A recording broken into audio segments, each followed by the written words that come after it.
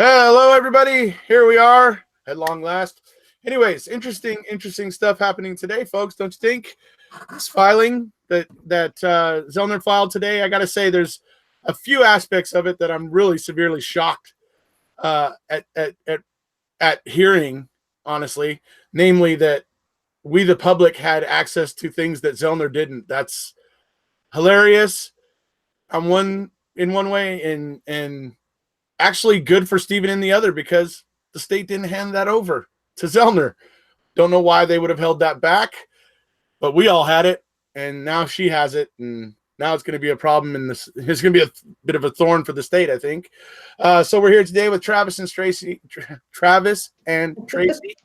We're going to be talking about today's motion. They're obviously going to be going into a lot of the legal aspects of it, talking about the statutes, and how the statutes apply, well, at least in their opinions, kind of, or with their legal opinions, how they think things are going to likely go, or, well, at least in probabilities.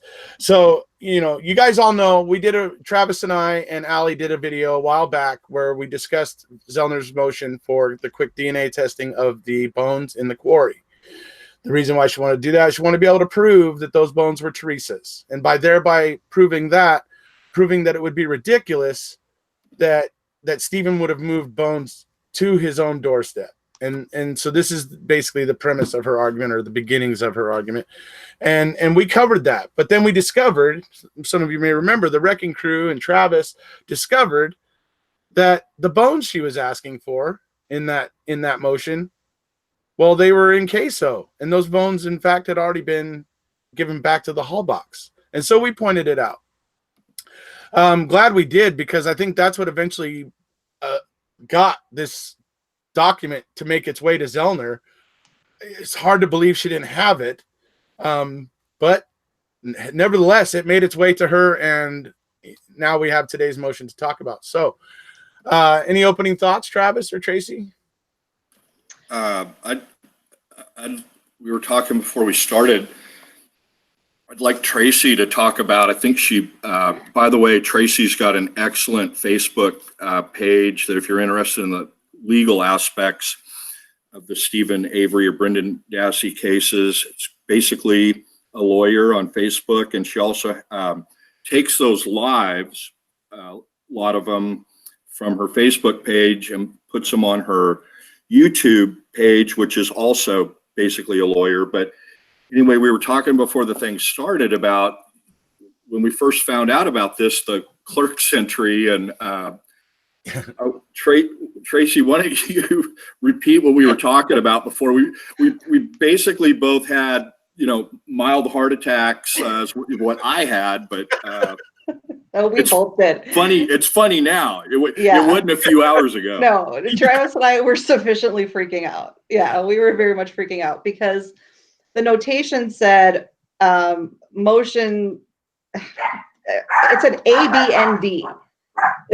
We know now that it was a typo, because she did the same, or the clerk did, she or he, we don't know, did the same thing in the word remand. But I just focused on that ABND, and I started freaking out, thinking that she abandoned the appeal in favor of doing something new. And I was like, what is she doing? She's actually throwing away everything she's done for the last 3 years for this. And like I said, again, my dog, God, she does this every time I'm live. That's okay. So it was, I'm glad that the motion was actually posted very quickly, because that was a really bad 10 minutes for me, that I was just beside myself, wondering what was going on. And then you told Travis.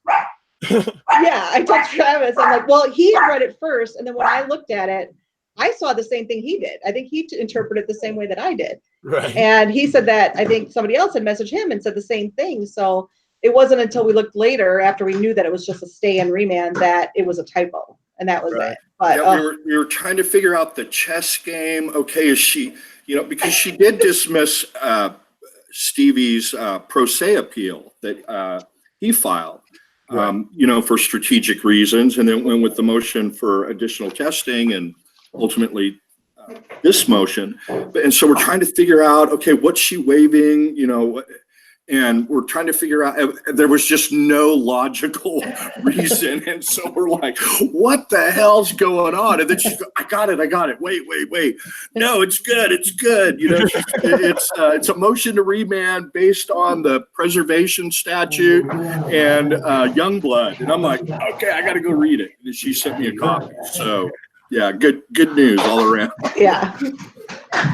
Yeah, because I read it. I don't know. You guys, I guess, looking at it as lawyers, I don't know, added it a different approach, because I read that little blurb in there, and I immediately went, "Wow, how does a clerk make 2 typos in such a short sentence?" It's the exact same typo. Yeah, it's the exact same typo. I was just like, "Wow," and I go, and then my next thought was, it sounds like she's asking to do quick DNA testing again.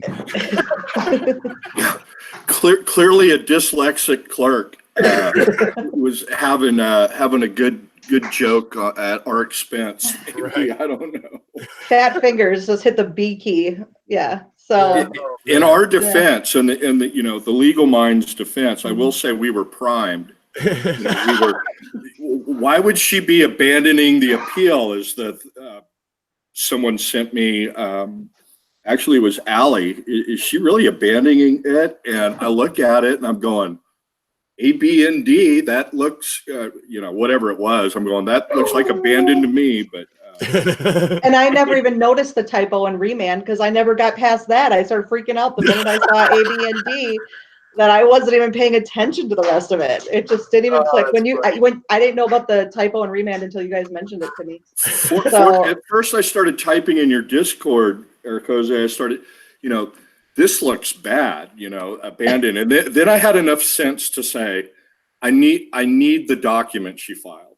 I can't say anything until I read the document. And then I reached out to Tracie, and she got right back to me, and I'm like, by the way, are you reading this the way I am?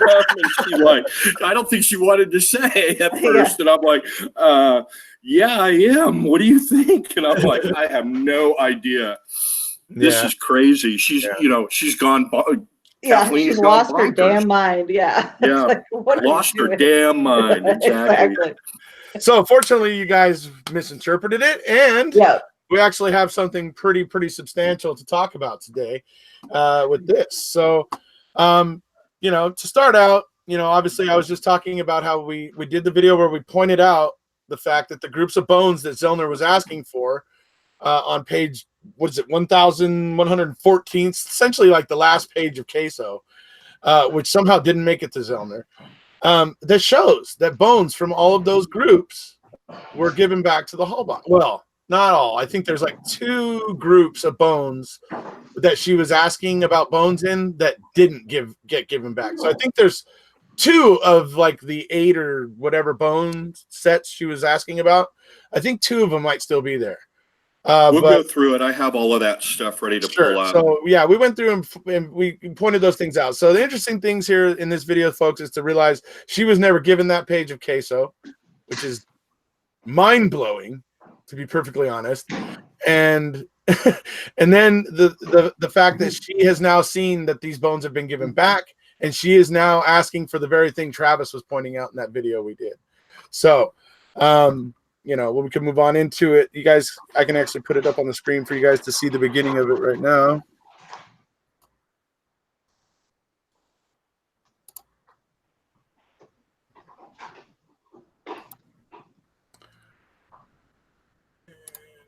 Okay.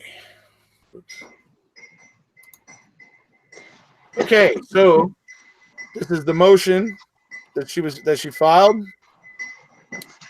Defendant and appellant to stay and appeal and remand the cause for proceedings on claims for relief in connection with the state's violations of Wisconsin Statute 968.205 and Youngblood versus Arizona, which are those. So those are the cases that are important. It was filed obviously today on January 24th.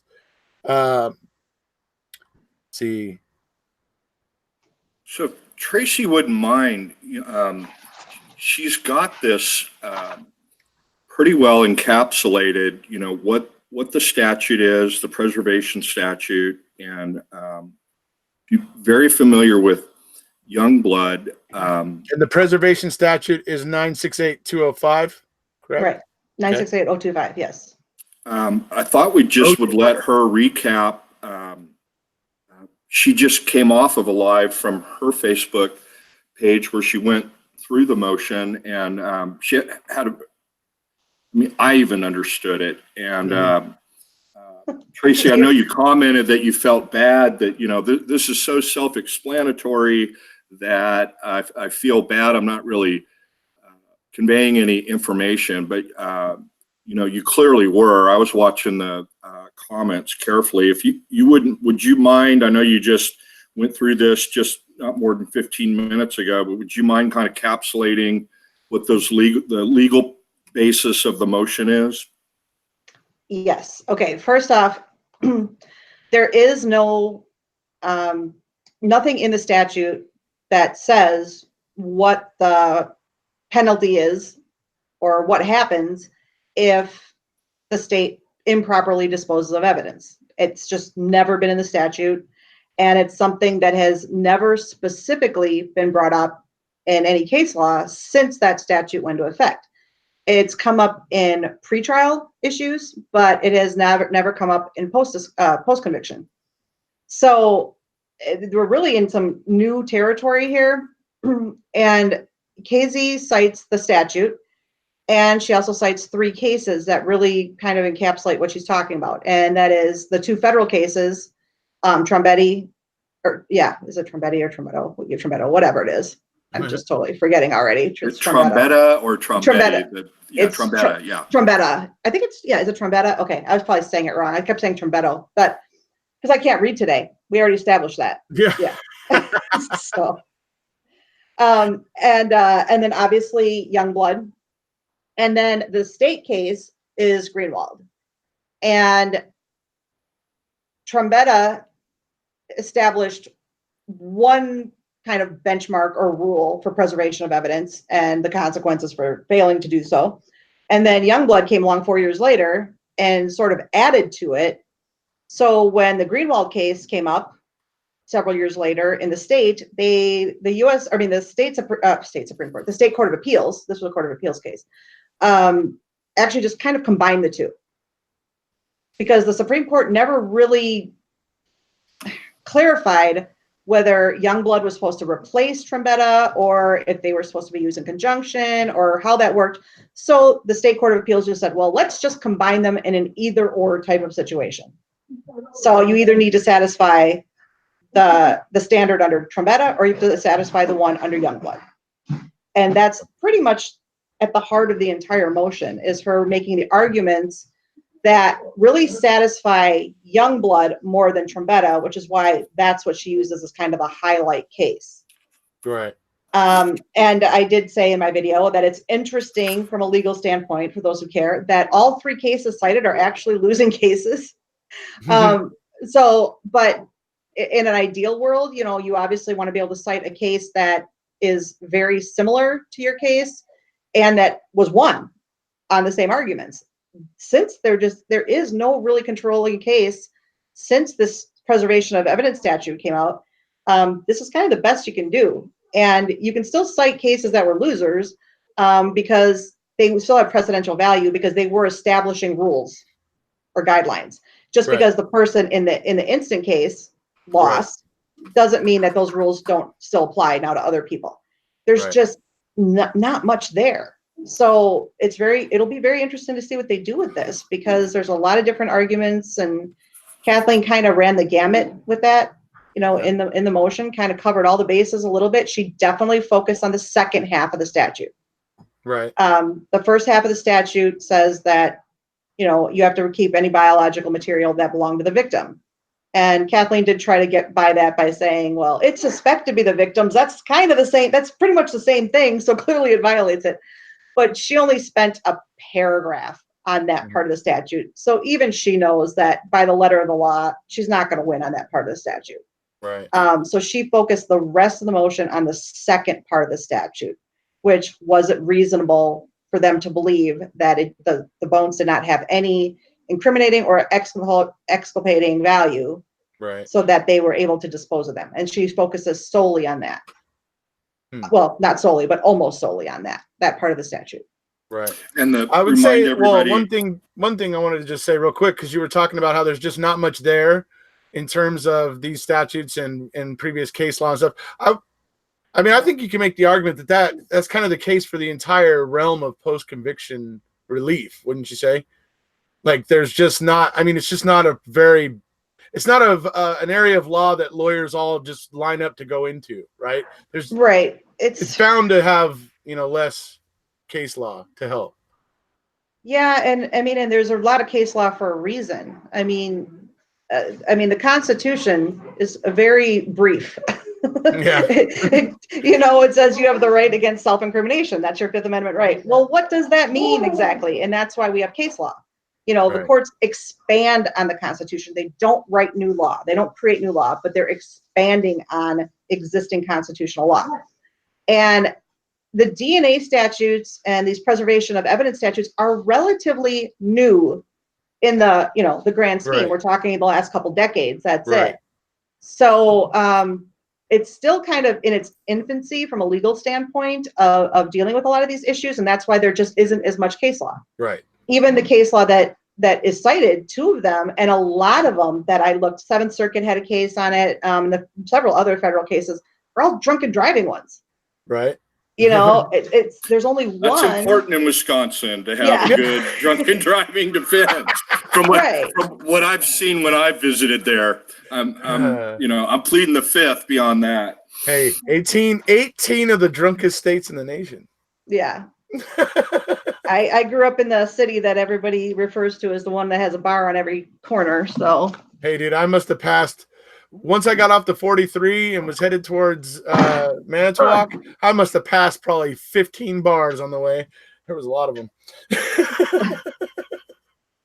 Oops. Yeah, we stay at a part of Wisconsin, beautiful lake, and then there's 3 Mile Bar. Oh, she's frozen. Uh-oh. Hopefully she'll fix that. So while we're waiting for her to pop back, so the second part of the statute is the one that a lot of your subscribers are familiar with. That's got the triggering provision that says, hey, if you want to get rid of this evidence, state, you have to send a letter to the defendant or his attorney, give them a certain amount of time to respond and object.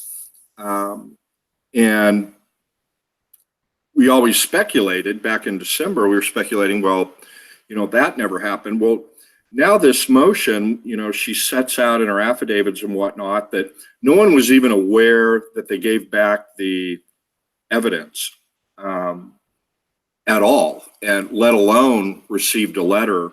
We were always worried. We checked and we knew he was represented by counsel. So hopefully she'll pop back in here. Maybe she had to reboot. But, we were really hopeful. Oh, my gosh, hopefully it's not the case where the state whips out a letter, hey, we sent this to, here she is. Great. All right, got it fixed. Are you okay? Yeah, my computer just lost its mind for a minute. I got some boot error or something, so I have no idea what that was. It just that's the DCI hacking your hacking my computer, trying to shut me up. They can't silence me.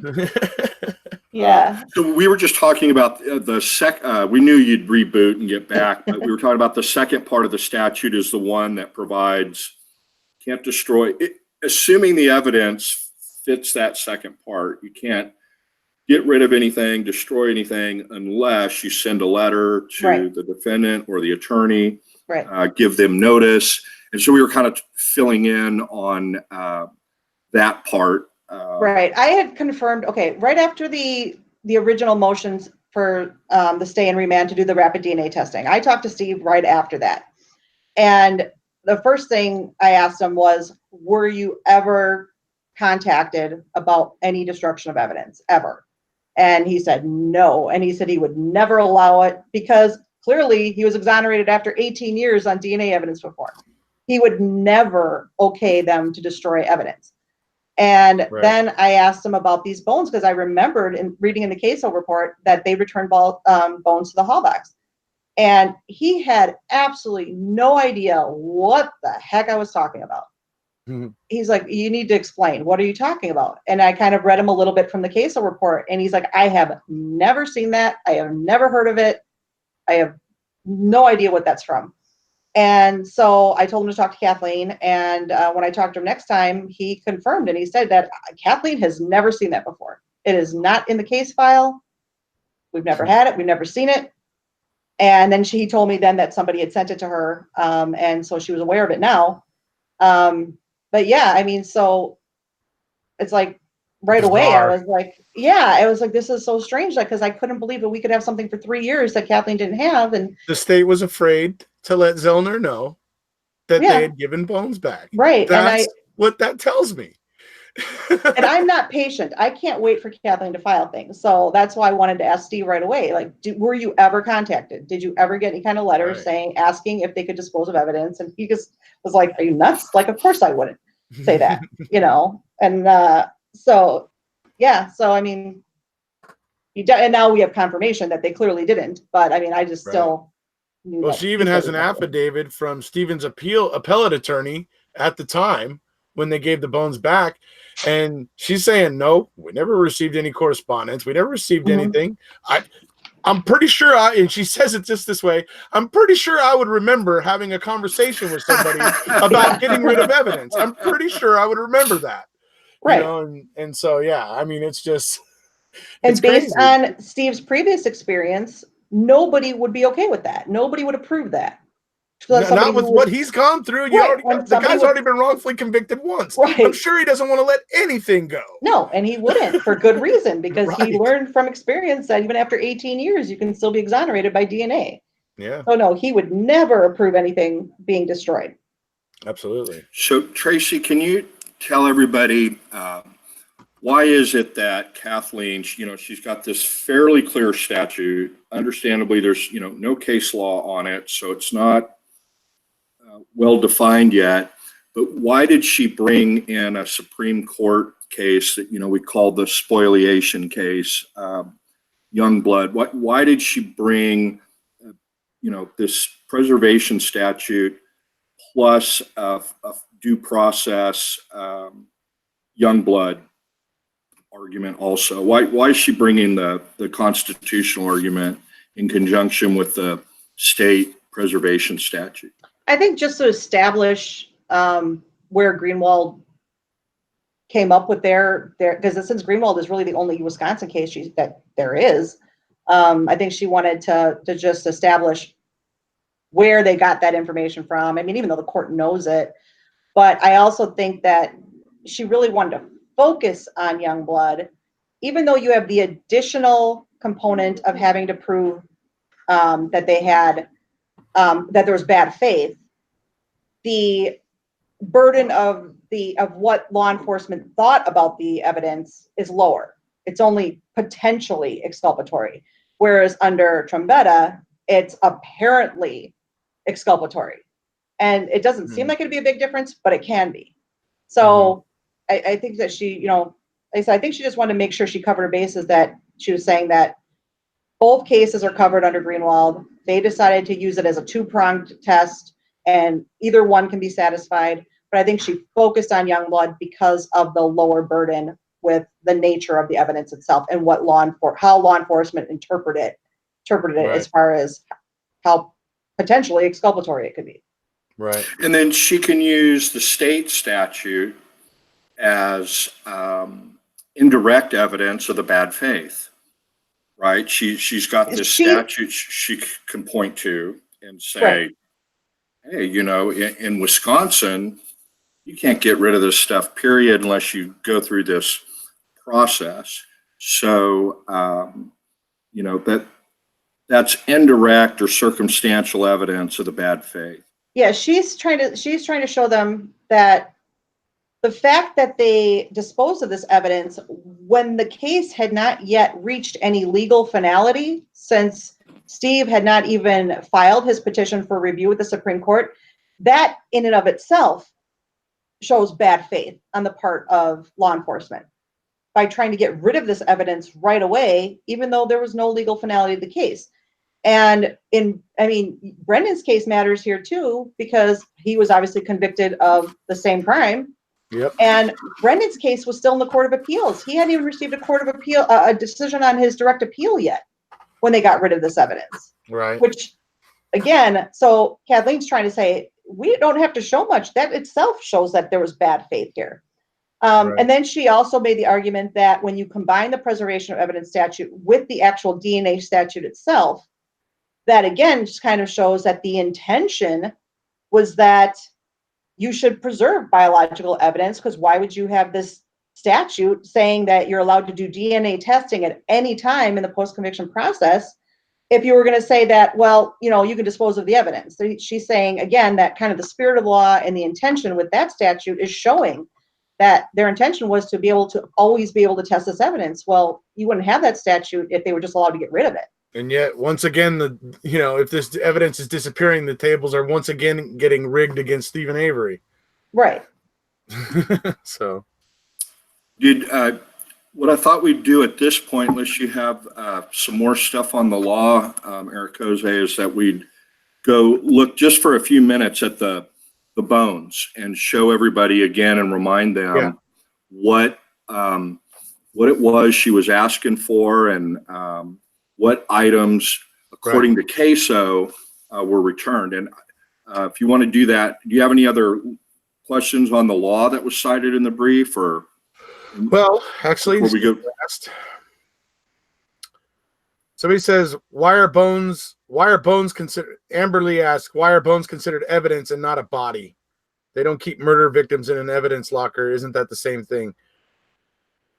The problem here, right, is that the bones were supposedly not Teresa's, or at least they were never identified as Teresa's. Right. And in any case, a body technically would be considered as biological material too. They're just saying biological material in general. That's why they're not specifying between body and bones, because they're just saying any biological material, whether it be spit, semen, blood, hair, if it was taken into evidence. Yeah, if it was taken into evidence, then clearly it was taken in for a reason.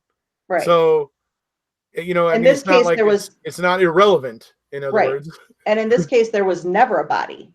There were cremains. That's it. Right. So there was never a body. So, really never, it's never been referenced to as a body.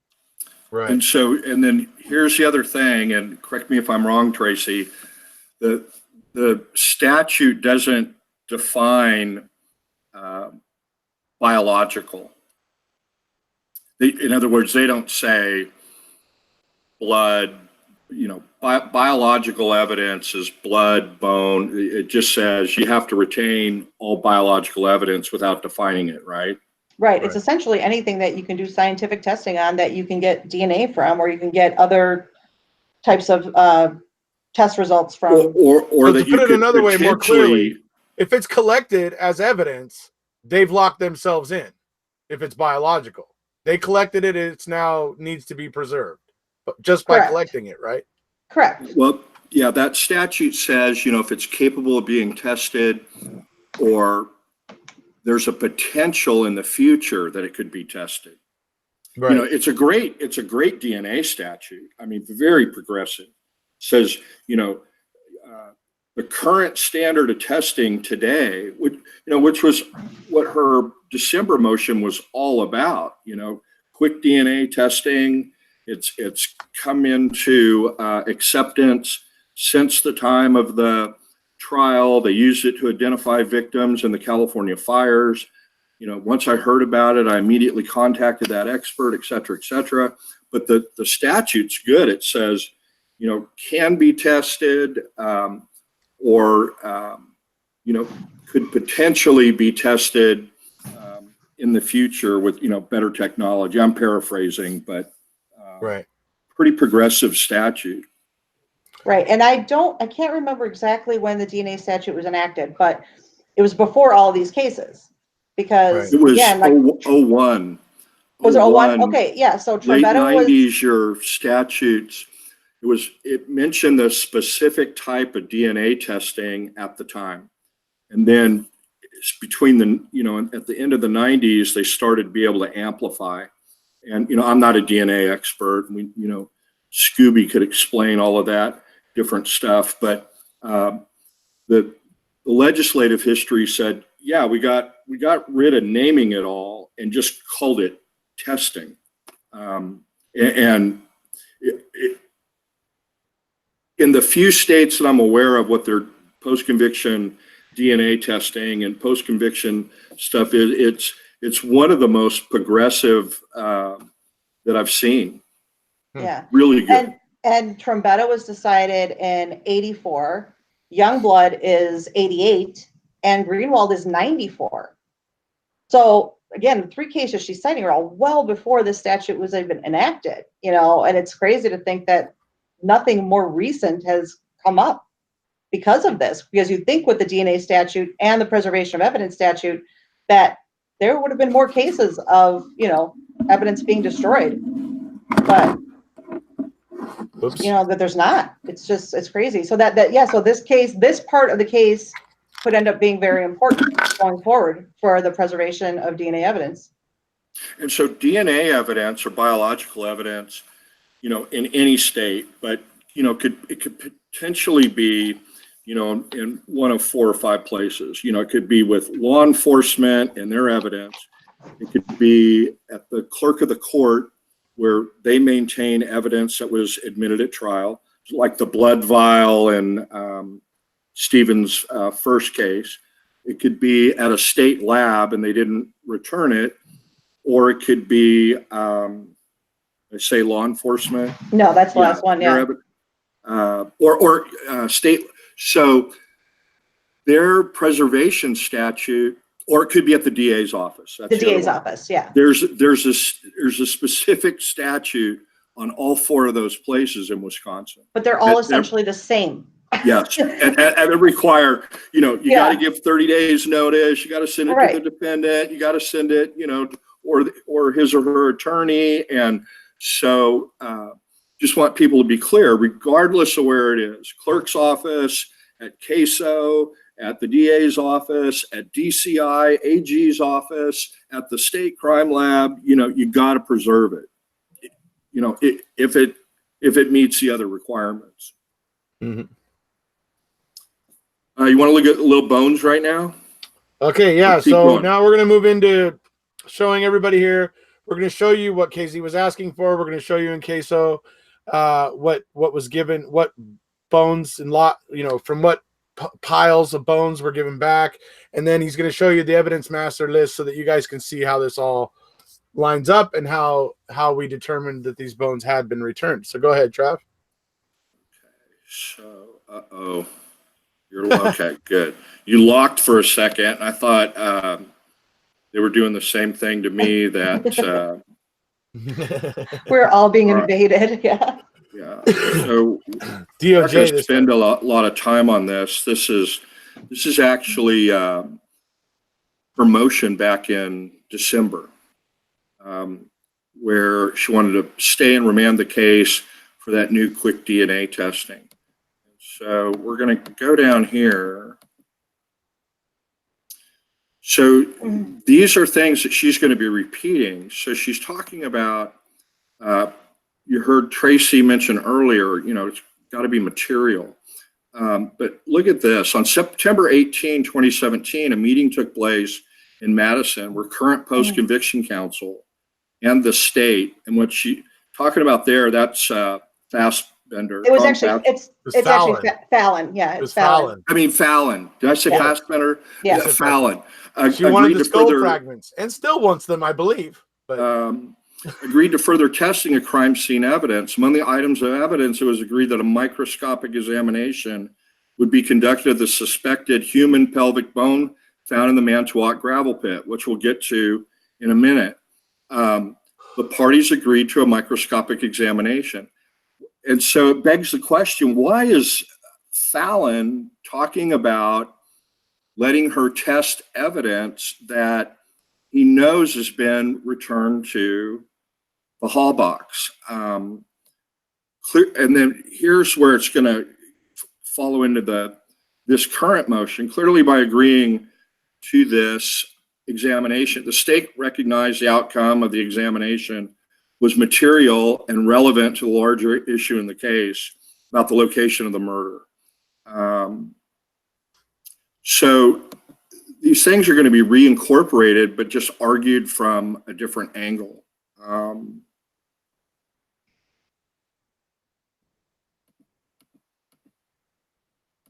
So this talked about the testing. We don't need to go back into that. She talks about each of the above listed items of evidence was recovered from the gravel pit. And this is the stuff that her expert wanted to do quick DNA testing on.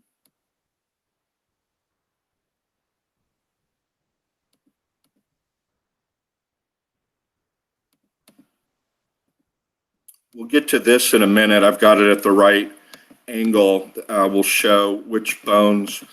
But so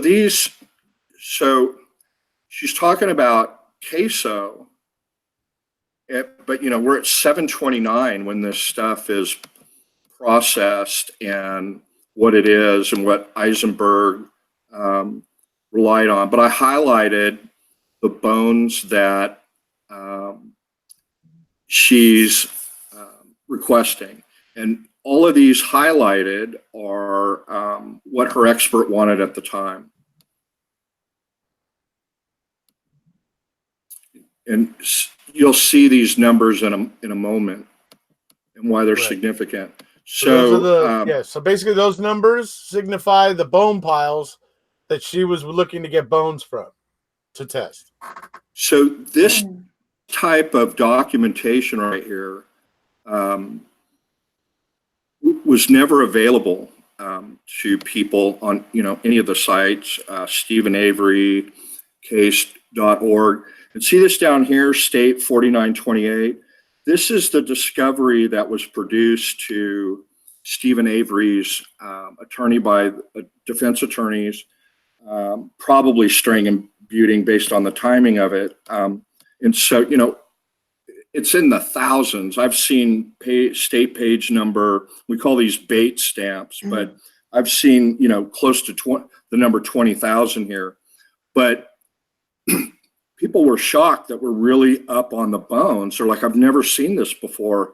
What is it? Well, Kathleen Zellner presumably has all of the discovery that was turned over by the DA to trial counsel. Now that may be a little bit in question whether she has everything, but let's assume she does. But, this was laid out where these were discovered, different debris piles.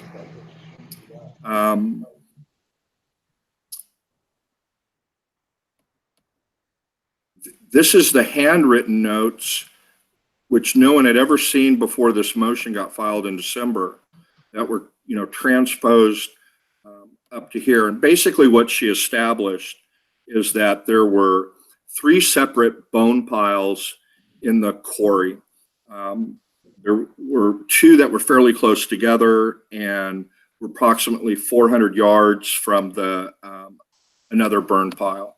But, a different numbering system here. And so here is part of that, what we just went through. What I've circled in red is in CASO 1014, 15 are the items that were described as being returned to the Halbach family. And, they're groups of bones. And the CASO narrative isn't really clear. They returned the entire group or just what they did. But let me go back here. I forgot about this. Here's the affidavit of their expert basically saying, hey, this is all the wonderful things I can do. I went to Harvard. And then this is what was in evidence right here, these photographs. I don't believe the bones themselves were actually in evidence. Tracie or Erekose, do you know anything different about that? I thought Eisenberg and Stephen's bone expert all testified from photographs, didn't they? I thought so. Yes, Eisenberg and Jeffrey Jansen, the ME, they both, Okay. because nobody was So- allowed on the scene. Yeah, so the clerk wouldn't have possession of this, and it would make sense that if you were going to go and try and return remains, assuming it was legal and proper to do so, you'd go to CASO to do that, because they're the evidence custodians, because it wasn't admitted into evidence at trial. Now, But, wait, hold on one second. Eisenberg did have access to the bones at some point. She just didn't have access to them no, later. clearly she did, but Yeah.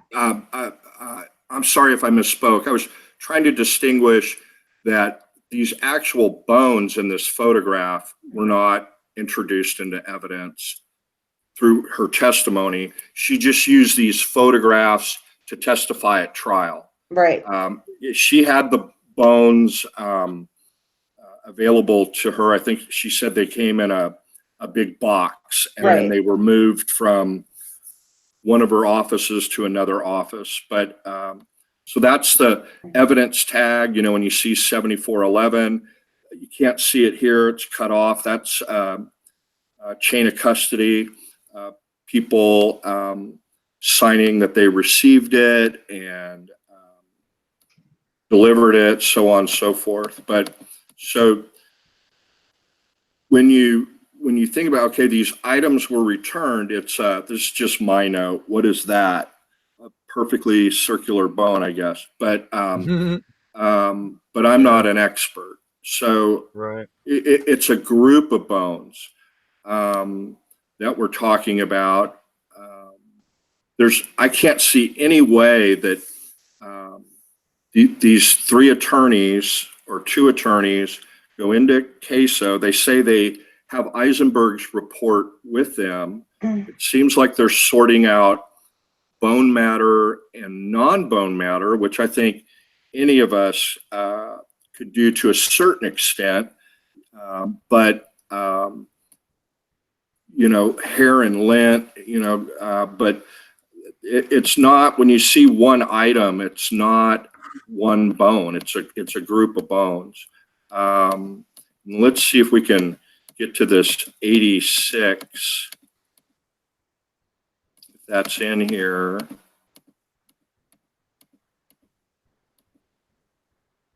I mean, that I could probably tell is a bone, but that, to be honest with you, if I saw that out in a burn pit, I'd never know that's a bone.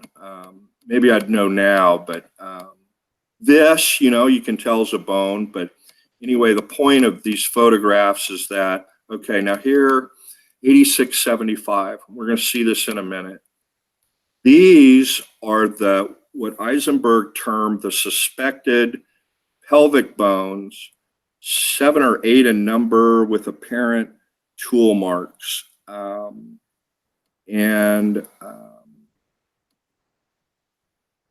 She got a real close up of that one. I'm sure that shows some sort of mechanical mark in it.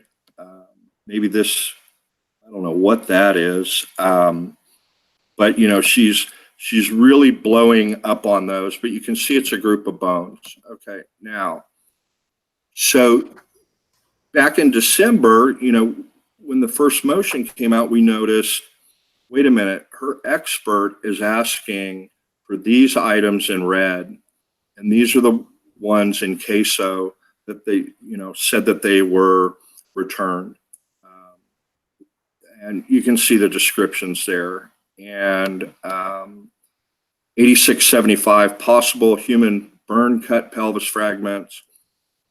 This is the state's description, not Kathleen's. Possible human burn cut pelvis fragments. Human bone, because there could be an argument, like you were saying a minute ago, Erekose, that,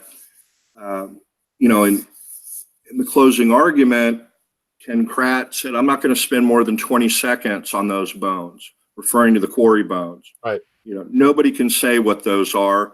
Therefore, other than possible human. Right. You shouldn't consider them to be anything. But look at these items. This is Eisenberg's description. Calcine human bone fragments. possible cut edges, human and non-human bone. So, you know, they're going to have a very difficult time trying to argue. But that's all I wanted to show, Right. you know, factually. And I think we can all agree that if the state was going into these piles of bones with the mind to give bones back to the Halbachs, you can bet your bottom dollar they didn't give them chicken bones. Okay, you're gonna be able to reasonably assume that they went in there looking for bones that they were pretty damn sure were human. Just in case somebody tries to make the argument that the bones that they gave back weren't Teresa's or weren't human bones, that would be ridiculous and stupid for them to do. So, just wanted to point that out. Tracie, what do you think of that entry in her motion back in December where she says she met with Fallon in December?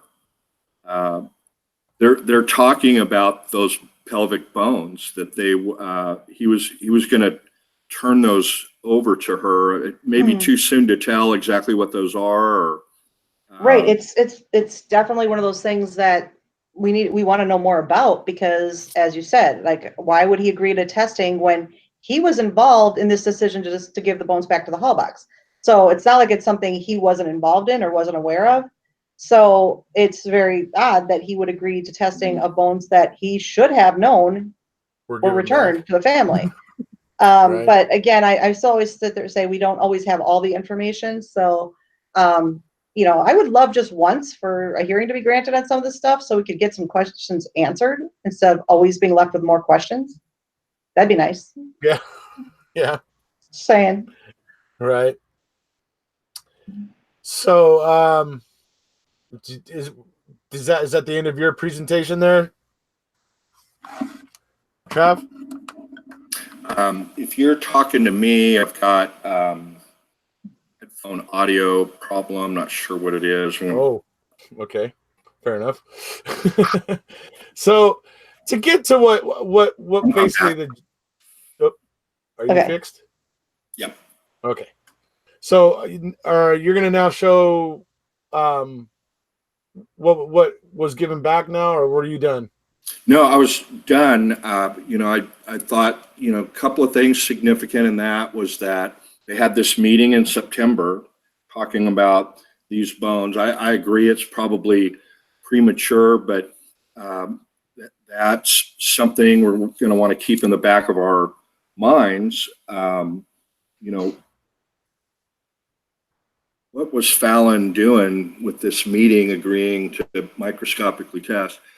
You pointed out, you know, in the motion, she specifically requests, you know, remand this, give me a hearing, and this is who I'm going to call. And you all know the names much better than I, but, you know, I'm going to call Fallon. I'm going to call, you know, the two attorneys who were there. I'm going to call the evidence technician who was there for this return of material.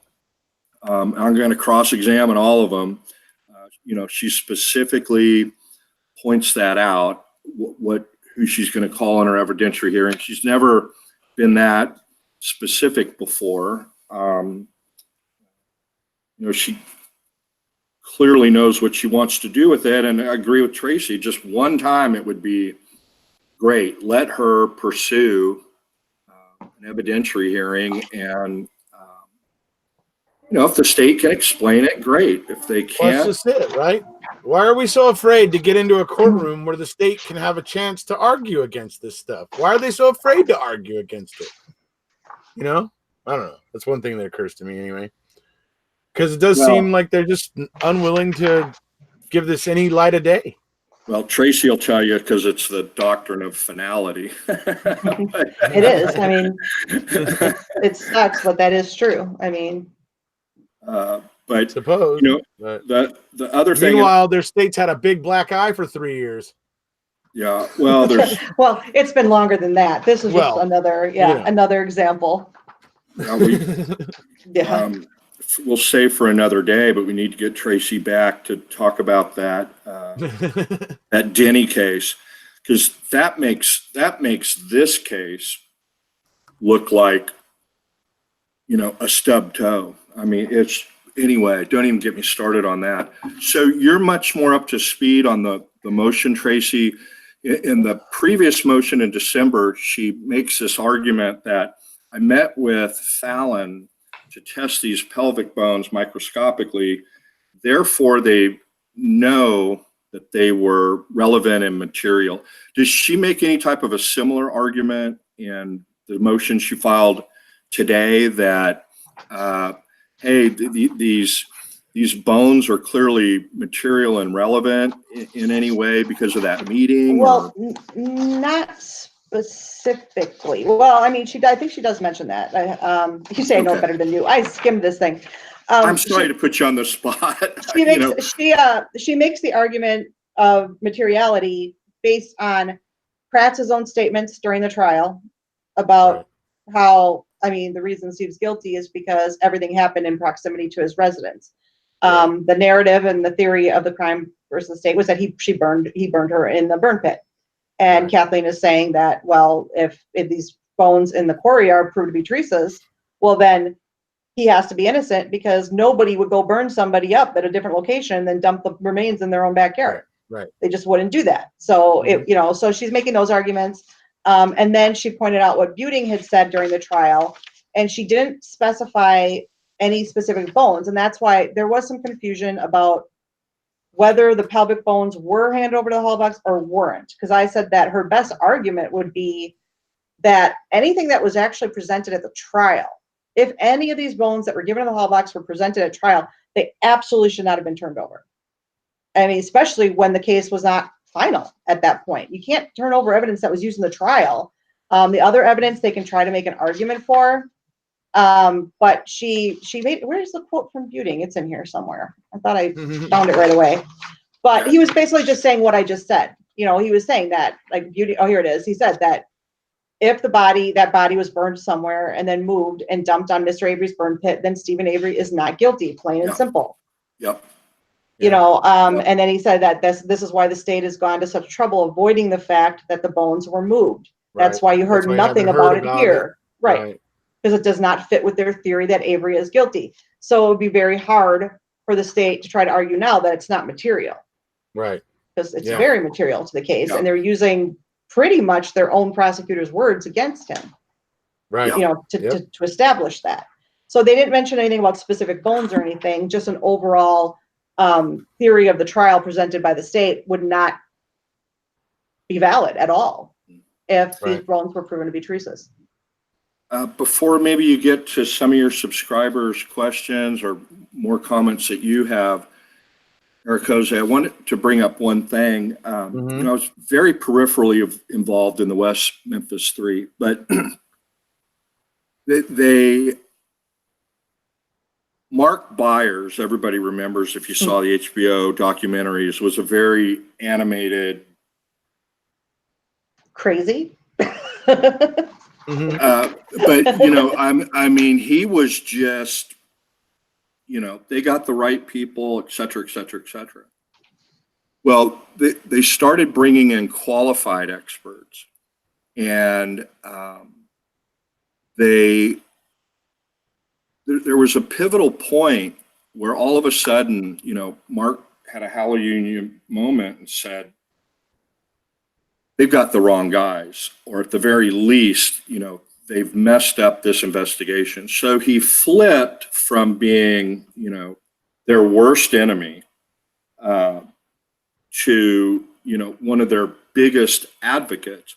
And people who watch the documentary are familiar with the letter that Mark sent to Damien Echols, and it was read, basically a letter apology. I hope you forgive me for, accusing you and saying all these things. And Damien said, look, I never attacked him back because, I wasn't going to do to him what they did to me. So, because they were talking about, he was a suspect at one time because he lost his dentures or something. And so there was some suspicion that maybe he left the bite mark that turned out wasn't even a bite mark. So we mentioned before, it was argued at trial that these were animal bones, and they, had nothing to do with Teresa. So, and they were delivered to a funeral home. But, I'm just wondering what the conversation was like. And this is the type of thing that can develop a schism between, DA or law enforcement and a victim's family if they've been deceived or worse. And so this is the type of thing that can pivot things dramatically. And, from me personally, I think it's important to let the family digest this at their own pace. But now for sure, it's out there.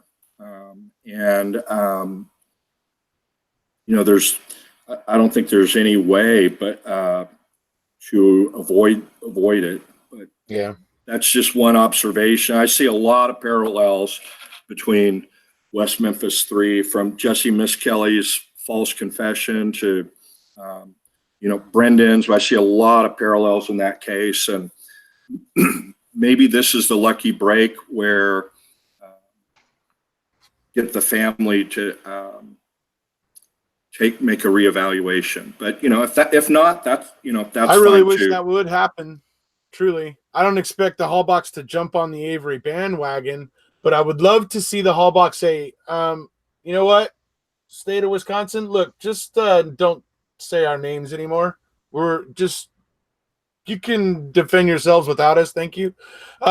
Because I seriously, it's got to be embarrassing for them to be connected to this ridiculous investigation and have all this happening to them. And they could try to blame everybody else, but this all comes down to the investigators here. This is all their fault. They ran a piss poor investigation against a man who had already been wrongfully convicted once before. You got to be a freaking moron to do that. Seriously, you got to have, I'm going to use a bad word, you got to have shit for brains to do that. He was wrongfully convicted once, and you think you're going to run this crap investigation? I feel bad for the Halbachs. And I really, truly hope that they eventually, don't expect them to jump on the Avery Tracie bandwagon, but I hope they eventually at one point tell the state, you know what, please stop wrapping yourselves up in us every time somebody asks you an uncomfortable question. Stand up and be big boys and defend yourselves. That's what I would like to see. They deserve more respect than they're getting from the state. The state's just using them. And I don't know if this falls under the category of Tracie, don't say this publicly, but it's just between us girls. We promise. God, I have to be very careful. You guys know that. Sure. Yeah. Absolutely. I'll just say that the immediate members of the Halbach family, we clearly know their stance, but not everybody in the Halbach family believes that they got this right. Oh, really? That's all I'll say. Interesting. Yeah. But right. the people we said. know, the immediate family, obviously we know how they stand, but just, extending out a little bit, not everybody feels that way. Right. Okay. That's interesting to know. And I'll be kicking myself later for saying No. that. So, well, hey, look, know what? You've mentioned whenever Tracie, you get a group of people together, you're bound to have a couple people that don't agree with the rest, right? Right. So, sorry, go ahead, Trav. Tracie's mentioned before, I always wonder, what's the attitude or, in Wisconsin about it. And Tracie said, essentially most of the people in Wisconsin are, I don't want to put words in her mouth, are, perfectly happy with the way things have gone. She's mentioned that people within her own family have a different position. Probably wouldn't be the best thing to talk about at Thanksgiving. And so it's not, not unusual at all. And so, the one thing about both your channels, is that you encourage people to get outside of the echo chamber, to get outside of the bubble, because Tracie, obviously being from Wisconsin, you going back for rallies, that I was always under the impression that, it's not a foregone conclusion, far from it, in Wisconsin, what people think with regard to Stephen and Brendan. It's probably opposite. And so there's two ways to make change. There's within the court system and, also outside the court system. It's anyway, people do have a different perspective about this. Yeah, I would say, unfortunately, the smallest percentage are the people who think they're innocent. I'd say the next biggest bracket are people who think that at the very least they deserve a new trial. The next biggest one would probably be people that it's a toss-up between people who think they're guilty and people that just don't care. Those are the two biggest representation, categories that are represented in Wisconsin.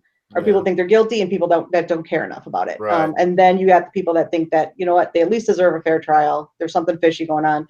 And as much as I hate to say it, like I said, the smallest percentage are people that flat out think they're innocent. Yeah. It's just the way it is here. I personally want to see an evidentiary hearing. I personally want to see, I want to see things get argued. That's what I want to see. Obviously I already know what Zellner says. I already know what Zellner's arguing, but I'd like to see what the state's response to those arguments are. And that gets back to what Travis was just saying about getting outside or getting out of the echo chamber. I want to hear the other side. And that's me. I want out of the echo chamber. So that's what I want to see happen. And I hope that there's more people that want to see that happen so that we can eventually see this stuff argued out and get some back and forth on it and some sorting out. That would be helpful. We've had 3 years worth of questions. Yeah. That's all we've had. We have had zero answers. We have like 3 years worth of questions. Exactly. And not a lot of answers. I shouldn't say zero answers because, some stuff comes out, but for the most part, it's just more questions, and everything that does come out leads to more questions. You just don't get the answers part. We get more questions. I mean, they're like, think about the questions we had in the very beginning when we first watched Making a Murder. And geez, that stuff is like, I forgot I even had questions about that because there's been so much since then. And so it would be really nice to get some of this resolved and find out, some of the answers to these things. To me, I'm not in YouTube following the chat. There's got to be some great questions for Tracie while we got some things here, but okay. Let me see if I can find a question. Let's see. While you're doing that, okay, so I know they're going to be asking this. Tracie, how long does the state have to respond to what Kathleen filed today? Why are you asking me when you're the one that knew the answer? I'm trying to make you look good, Thank you. Somebody asked the same question, and I honestly forgot because I know it's come up before. And then Travis was like, "It's 11 days." So I'm sorry. It's just funny. 11 days. I haven't looked it up recently, but Travis said he just looked it up again to confirm, and so it would be 11 days. And then you brought up a good point. The state may want to file that earlier because the court can rule on it before. And so sometimes, and then it says if the party who's ruled against has not filed, if they've decided it before 11 days and they're not happy with the verdict, they can file, or the decision, they can file a motion for reconsideration. But because they can, like you said, they can rule early, and if they rule early and the state still wanted to say something, then they would have to do, as you said, file a motion for reconsideration, and it gets messy. So usually they would want to respond a little bit earlier to make sure the court doesn't rule. Sorry to interrupt, Erekose, but I knew we were going to have that question. So you had a question there for Tracie, I think. Well, it's a question in general. Cindy McKean Elser is asking, what happens if the bones come back as human? Which I think is obvious that Zellner makes her argument that Stephen wouldn't have moved them from the quarry to his own doorstep. Well, it would have to be, the bones would have to be found to be Tricia's. Right. Not just any human bones. I mean, it would be disturbing if they were somebody else's bones because, like how many, right. people have been killed in that area. Yeah. But to help, Sorry. Right, to help Steve, they would definitely have to be identified as Tracie's bones to really help him. So this person's Oh. asking then, is this kind of a second part of the question, is what if some of them came back as Carmen Boutwell? I don't even think that's possible, but I figured you'd say that. yeah, But what if? everybody knows I'm not a fan of that theory. Right. Steve seems to think that would be a good idea. If they just turned out to be anybody's, he thinks that'd be good for him. I said, well, it could be good, it could be bad. You don't know how that's going to go. Yeah, Because, they might try to pin more murders on you, Steve. Right. Careful, And buddy. like I said, he thinks that would prove that somebody else was killing people. But I think that, like you said, that they could That's also one say, inference. well, yeah. So let's talk about this. So Tracie, at what step? So she's asked for this evidentiary hearing to establish materiality, bad faith, that the stuff's biological and fits the statute. So that's her first hurdle. At what step would they allow her to try and get this stuff tested through the quick testing procedure that she tried to get done in December? That may actually never happen, because if let's say that they order an evidentiary hearing on this motion. Yep. All that hearing is going to show is whether or not there was a constitutional violation. Was Steve's 14th Amendment right to due process violated by them disposing of this evidence? That is the only question that's going to be answered. If it's no, well, then the testing is not going to matter because they don't have the bones and nobody's going to care. If we go back and she files her brief and we proceed like this never happened. And if let's say they then his conviction's overturned. So yeah, if they say yes, this was a constitutional violated, game over. I mean, that his conviction's overturned, state has to start over and retry him. Say that one more time. What, the game over part? That last part. So if they don't find a constitutional violation, then it's going to go back and then we're going to go through the appeal process like this motion never happened. Correct. If they do give her an evidentiary hearing and they do find that it's a constitutional violation, say again one more time what happened. Wait, I'm going to back up 1 second. If they remand the case and the trial court decides it's not a constitutional violation, that claim would be added to this appeal. So it's not completely done. It's just that it would be rolled in. Yeah, it will be rolled into this appeal. Okay. And then we'd move forward because obviously Kathleen would appeal that decision. Okay. But now listen up, folks. Now, what happens if they do find a constitutional violation? His conviction is automatically overturned. And game over. Game over. I like the way you said it the first time too. Yeah. Game over. But it could go back for a new trial. They could try. And I think they would have a very hard time doing that at this point. But they could try. That would be their only option. Their only option at that point would be to retry him. Yeah. That's it. They can't do anything else. Now, okay, that's not their only option. They can appeal. The state can appeal that decision, obviously. Right. So that's why I say it's like, even if he wins in the trial court, it's just like what happened with Brendan. They can say his conviction's overturned. Well, the state has the opportunity to appeal that decision, and then we go through another appeal with that. And then let's not jinx it, but I'm just saying I want to make sure people understand that when I say game over, it's only if that stands. I agree. That's why I asked the process question, because it's going to keep coming up, and we want to be able to say, hey, check out Tracie's video on basically a lawyer Facebook and YouTube, or check this one out at whatever we're at, and because that's a frequent thing, keeps coming back up. Okay, well, what if this? And I think you laid it out very, very well. And I concur with your analysis on that. I'm glad you caught if it's denied, if they say no constitutional violation, then that would get wrapped up in the appeal, and then we get a brief and go forward. This is why Kathleen, I talked about this early on, but this is why Kathleen always says that these cases are won in the higher courts. Well, of course they are, because of appeals. Right. No cases are won and lost in the trial court.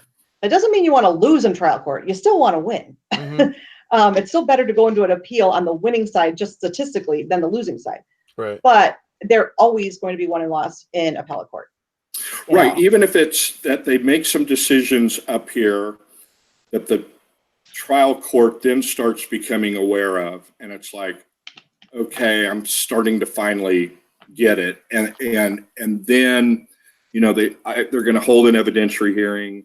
I'm not saying this particular circuit court judge will ever get it, but you've seen that in post-conviction cases where the appellate courts have made some rulings and some holdings, and then the trial court, where the motion for post-conviction relief is actually heard and initially decided, that they start to change their position, or they start to come around and follow the standards that have been set by these appellate courts. And so then you will, that's what happened in West Memphis 3. They were getting ready to go in and have the evidentiary hearing with the DNA evidence and whatnot, and then they ended up coming up with a resolution the day before it was supposed to start. But yeah, you know, you either have to have real clear guidance in that state, or you got to get an appellate court, you know, to come around. And this isn't even the most complicated part of this. I mean, you know, when you're talking about this many claims, you're talking about appeals, cross appeals. You know, I don't know how many people follow the Adnan Syed case, the serial case, but when he was granted a new trial on his post-conviction in the trial court granted him relief on, like, let's say count 1 and not count 2. And then the Court of Appeals basically reversed both decisions. So his conviction is still overturned, but the opposite of what the trial court said. And now we're expecting a decision from the court. Actually, it was a Court of Special Appeals is their middle court. The Court of Appeals now is going to be ruling very soon, probably in March, what they're going to do. But it gets very confusing. It's like he lost and he won, but then he lost on the other one and won on the other one. And so when you're talking about multiple claims, like, trust me, this can get really confusing really fast, because yeah, they'll be appealing on cross claims and everything like that. And so, yeah, That's what we'll be here for, to help people keep track of it and understand it. So, let me see here. Let me just address a couple things here. Caden 461. You're asking me, did they or didn't they find a charred foot and male bones in the quarry area? No, on the charred foot. Well, what they thought was a charred foot was actually just some burned insulation, not actually a charred foot. They didn't find male bones. What they actually found was male DNA, some blood, and it was a male profile. So that's that answer to that question. Then Angry Grandma asks, can Brendan's lawyers ask to test these bones, and would they help him? Brendan's main problem is his confession, right? The bones aren't really going to help with that, right? What was the question specifically again? Okay, the second part of it was, the question was, can Brendan's lawyers ask to test these bones that Kathleen is basically asking to test, and would they help Brendan? Well, if the bones can be proven to be Tricia's, if they're saying there are any bones for them to test, then yeah, I mean, it's the same argument. The only difference is that in Brendan's case, Brendan did say something about the bones in taking the bones of the quarry, right, in his confession, right. But which was most likely fed to him. Yeah, and so that there might be a little bit more of an issue with that with him than there is with Steve, where it was so clear cut that he did not leave the property. She did not leave the property.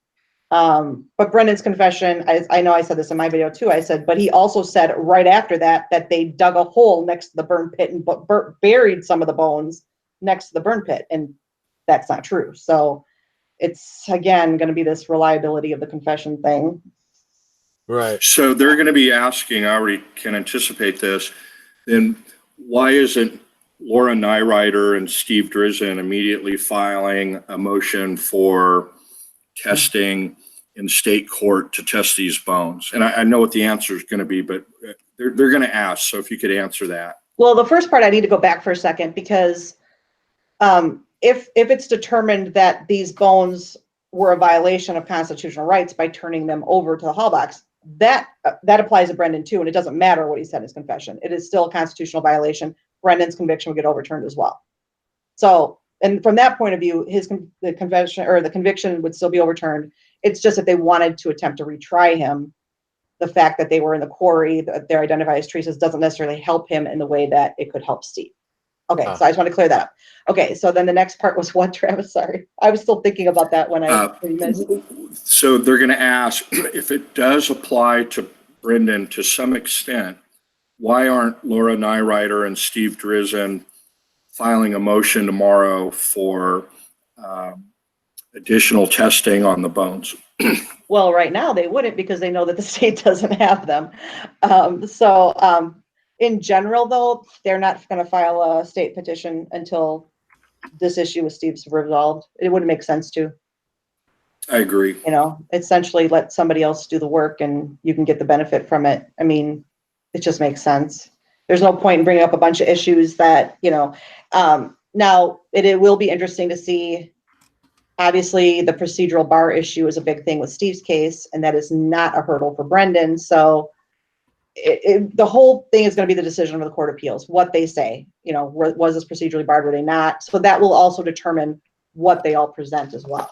And to remind everybody, the procedural bar that might be applicable in Stephen's case is that he filed a pro se post-conviction motion, raised certain issues, and then Kathleen, you know, many times when you have somebody file their own motion, it's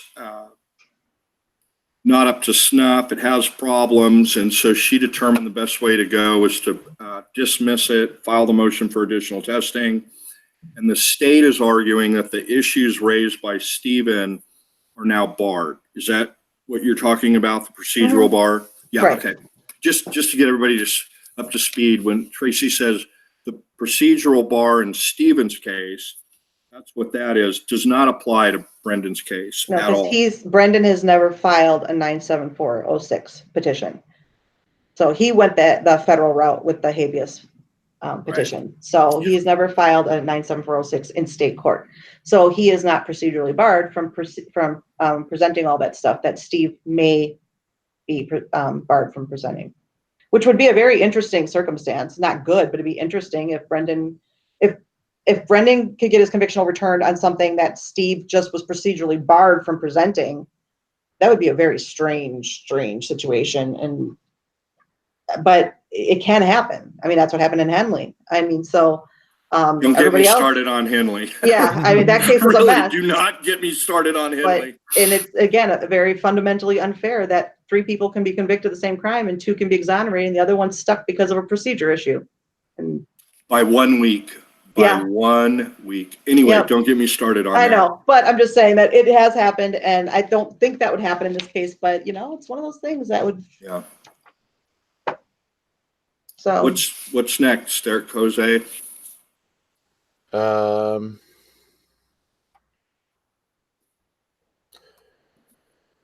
Let's see. If the bones are linked to people missing while Stephen Avery is in jail, would that be enough to say that someone else is responsible for Teresa's death? So in other words, if there are bones there that aren't Teresa's, say from somebody who obviously was killed after Stephen Avery was in prison, that would help him. No, right? No, come on, guys. So remember Stephen Avery, the first case, the rape. They found somebody else's DNA under the victim's fingernails. That wasn't good enough. That could have been the ambulance driver. That could have, a bunch of other people. We don't know if Rodant murdered somebody next door. It would have to be an investigation, and the investigation would then have to eventually lead somewhere that would connect that person to Teresa's murder before it would help Steve. So it would not be automatic that if they found someone else murdered, that would let him off the hook. No, they would have to do an investigation to make sure that they were connected in some way or they had a connection to Teresa and that they could have been guilty of the crime. So, I mean, right. Again, so the answer to your question, the answer to Fun's question then is only if it's determined that some serial killer or somebody is using the quarry as a dumping ground. Mm-hmm. That would be it. Or it was an Indian burial ground, or bones. In Wisconsin, that's not very far-fetched. But if they can get it linked, so that, they're going to have to identify it as human, not Teresa. It's questionable now, but again, go back to what Tracie said. if they find a constitutional violation, it's game over, new trial. And then they're going to have to, then the circuit court judge is going to have to try and fashion, if it's even possible, a way to cure the constitutional violation. Because remember, the bones aren't going to suddenly appear. They're going to get an instruction under Youngblood that the jury's instructed, you can find that the destruction or the loss of those bones in and of itself is reasonable doubt. That's what the consequence of a Youngblood violation. The jury's instructed at the end of the case, they lost bones, and they're going to point right at the state. That loss of bones in and of itself is enough to find reasonable doubt. That's a huge, huge swing that in many, many, many cases causes the state not to even want to retry the case. So I think what we're saying is, the punch has to be to get an evidentiary trial with the two attorneys and the evidence tech, or evidence custodian for Calumet County, and get that, establish materiality, bad faith, whatever she needs to satisfy under either the retention statute or would even be better, Youngblood, and then go from there. It's really who these bones belong to, and that's why I asked Tracie. It's not going to matter if she can get a hearing and show a constitutional violation.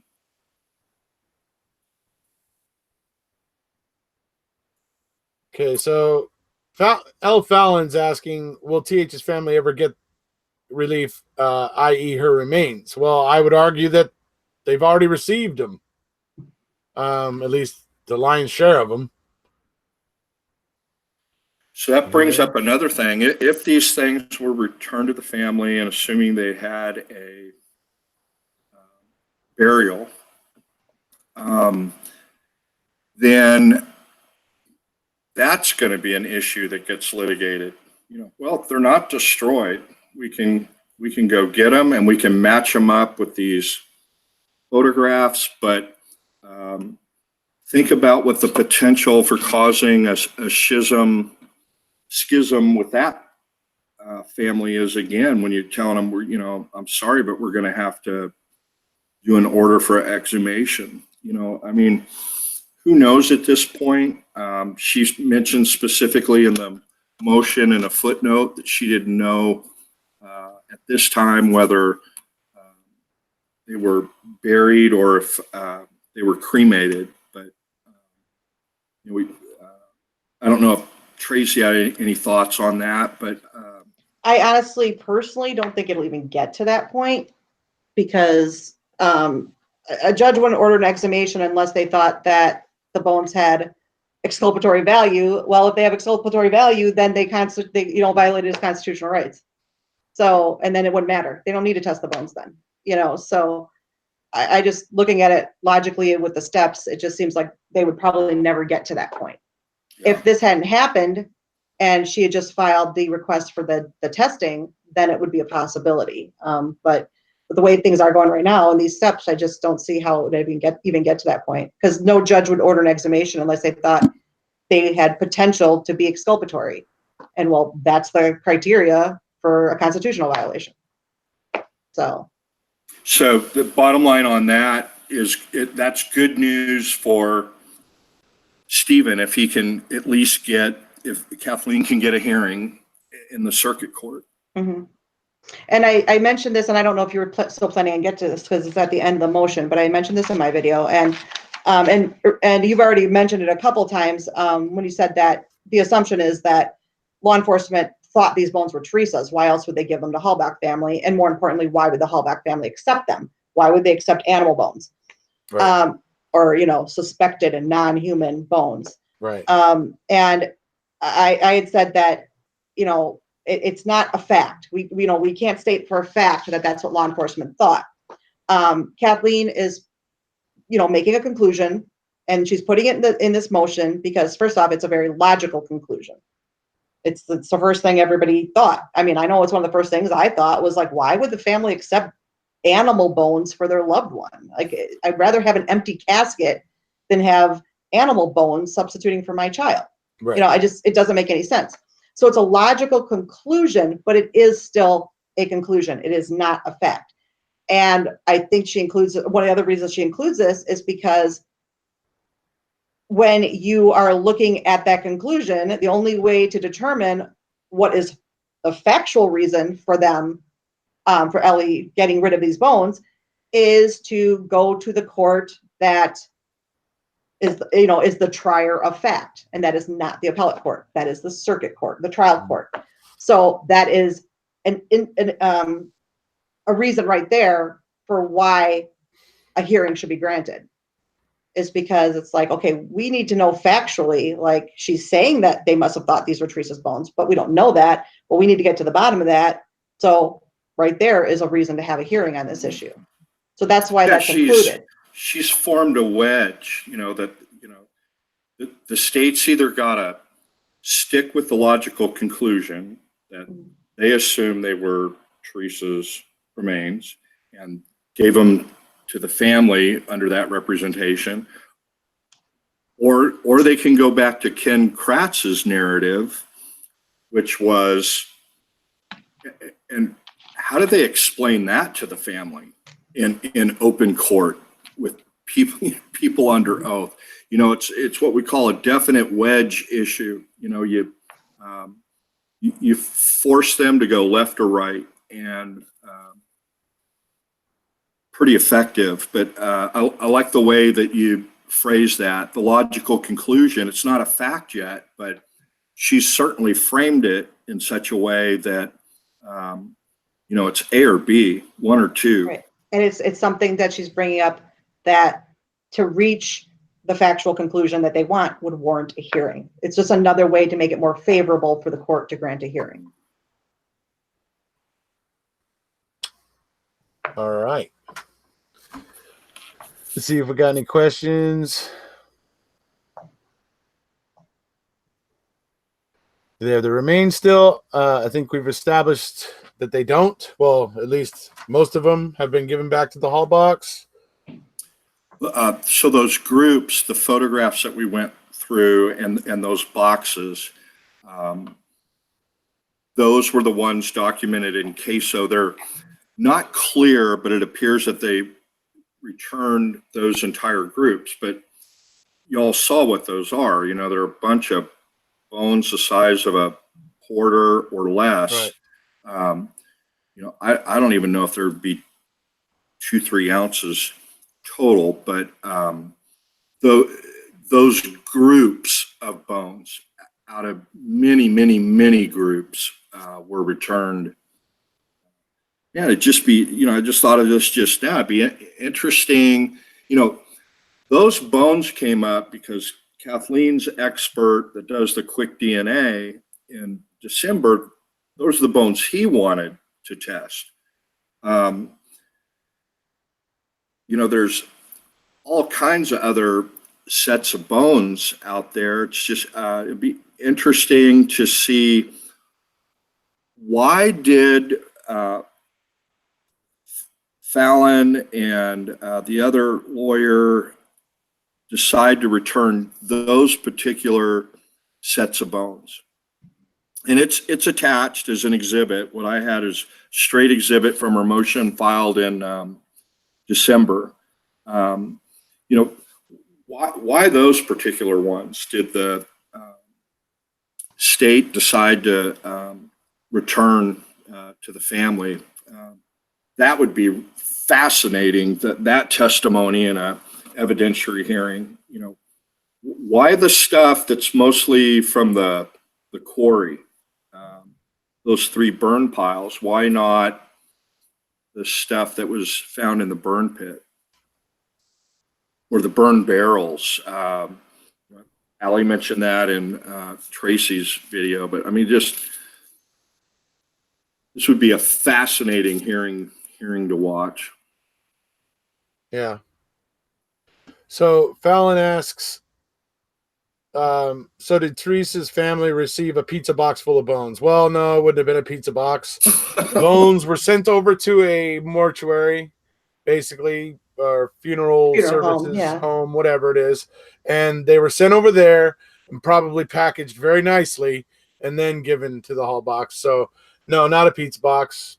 We kid a little bit that, it'd be in a receptacle, but yeah, some kind of, obviously, some sort of respectful thing that they would put them in. And then we don't know. It just says that they were delivered to the Whiting funeral home, and we don't know if there was a representative of the family there, or we don't know the specifics of that. It's all conjecture and speculation. We do know that in Queso, they claim that whatever was returned via that funeral home, but we don't know anything beyond that. At least I haven't seen anything. I don't know about the two of you all. I was just wondering where Falcon was. There he is.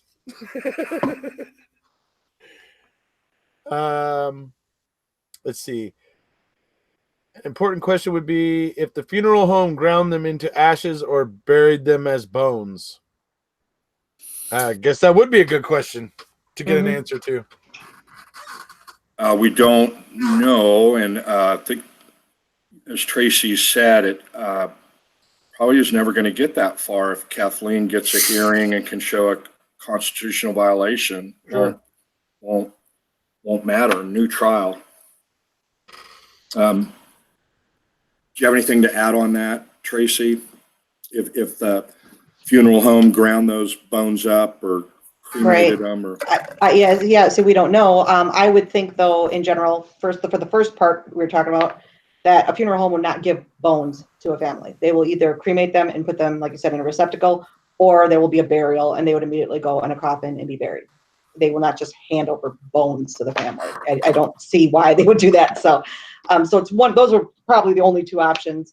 And yeah, as I said before, that if there's a constitutional violation, it's probably not going to matter.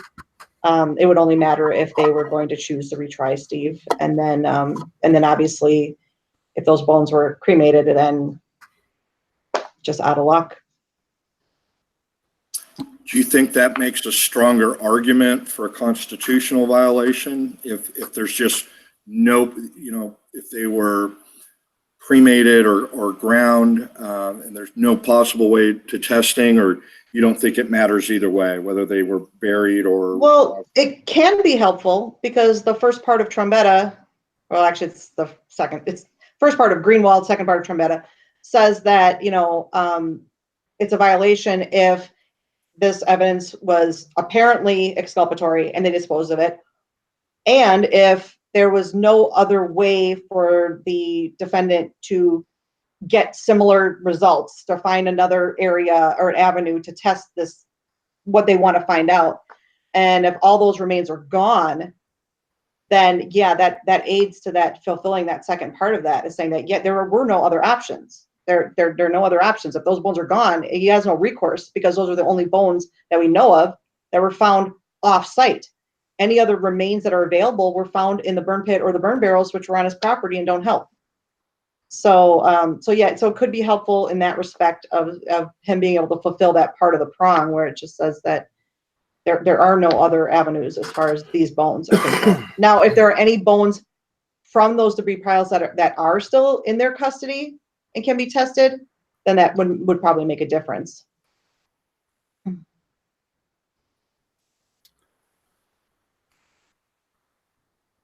Let's see here. Hold on, I'm looking at questions.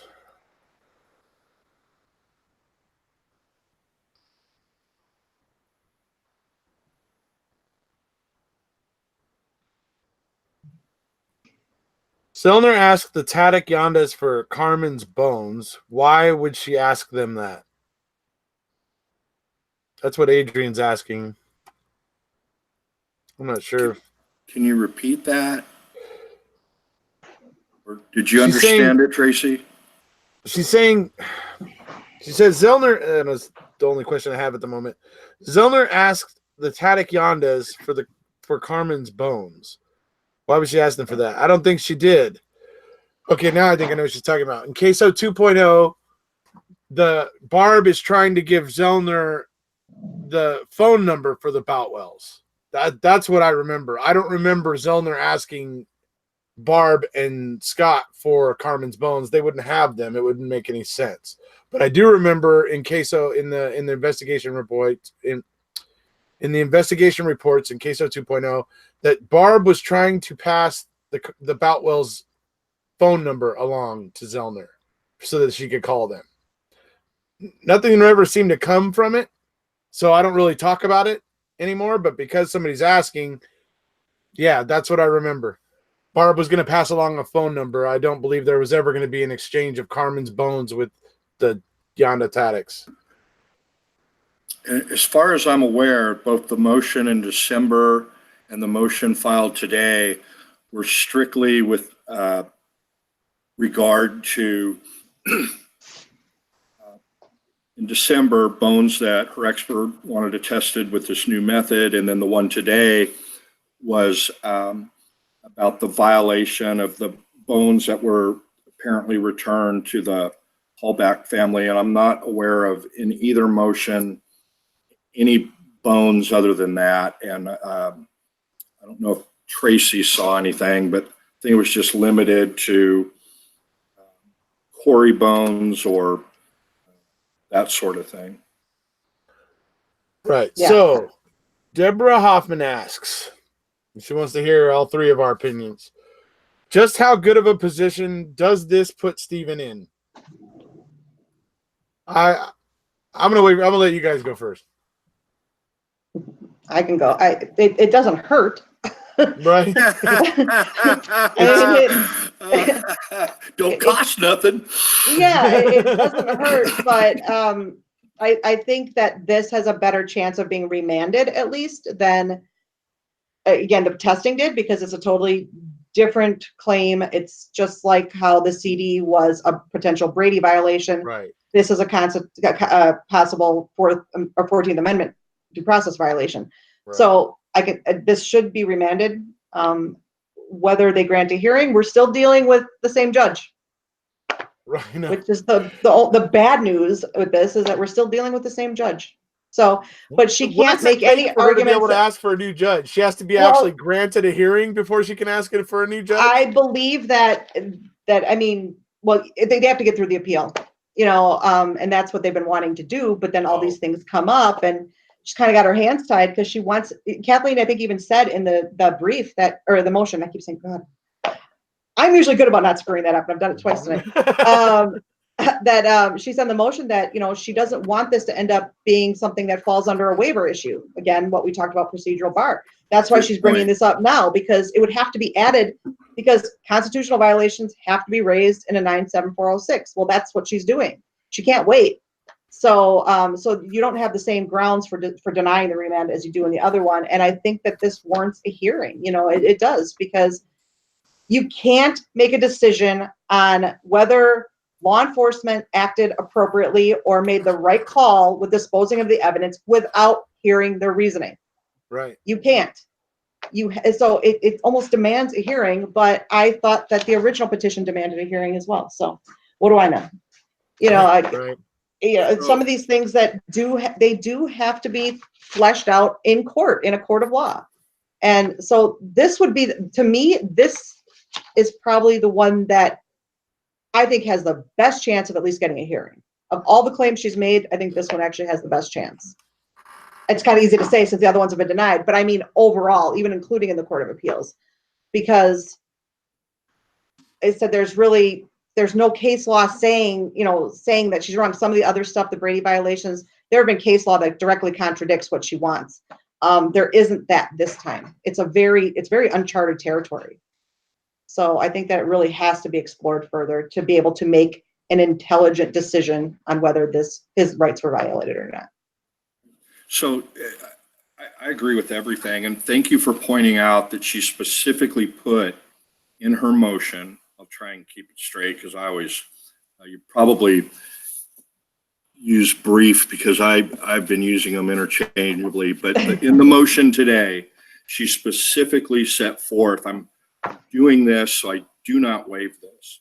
And that's very, very important. I'm glad you covered that. To the uninitiated, it may look like two identical balls, well, she's just trying to test the bones that she lost on in December. This is another delay tactic. But you peel away these layers, like Tracie's done with the case law and the statute. This is, they involve the same items, but it's completely different motion. Completely different argument. I was absolutely convinced that there was, and I think I said, I don't see any way that they can deny her motion for remand in December. And boy, we all know how wrong I was on that, but I just, and I wasn't the only one. And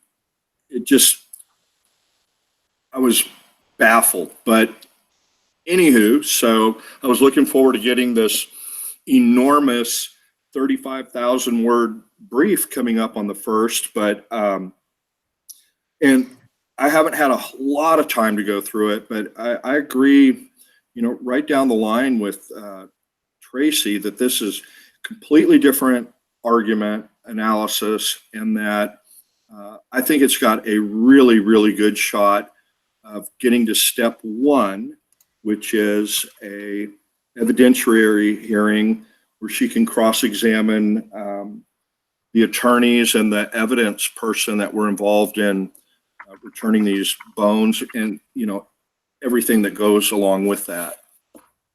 So this is good.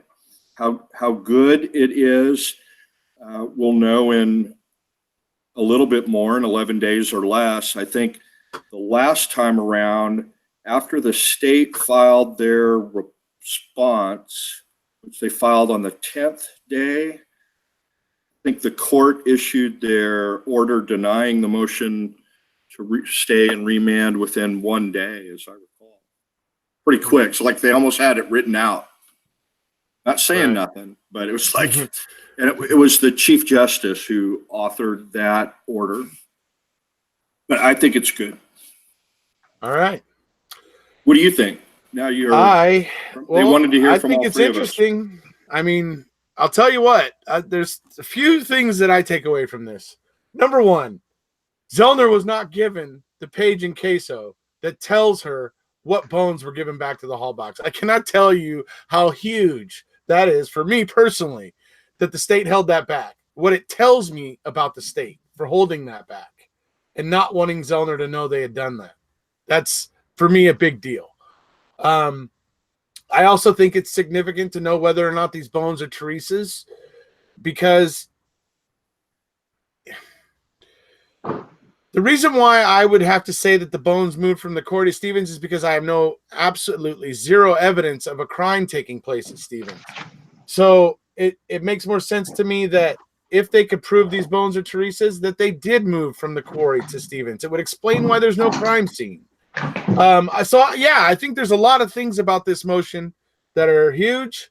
And if, like Tracie says, this is about a constitutional violation, and if the court decides that the state shouldn't have done that, then it goes in Stevens' favor. That's great. If it doesn't go in Stevens' favor, then she gets to add this another ball of madness to the current appeal. Just more crap to add to the ever-growing mountain of crap that's building up here. So I think this motion's huge. I think it's interesting, and I can't wait to see what's going to happen with it.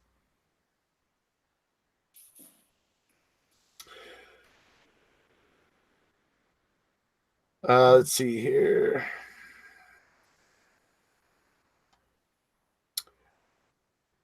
Let's see. There's no crime, see no crime. Let's see.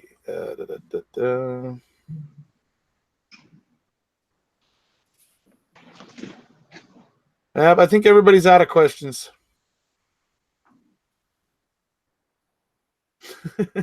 That's rare for your crew, Erekose. Oh, I mean, they're talking, they're having conversations, but they're not asking questions.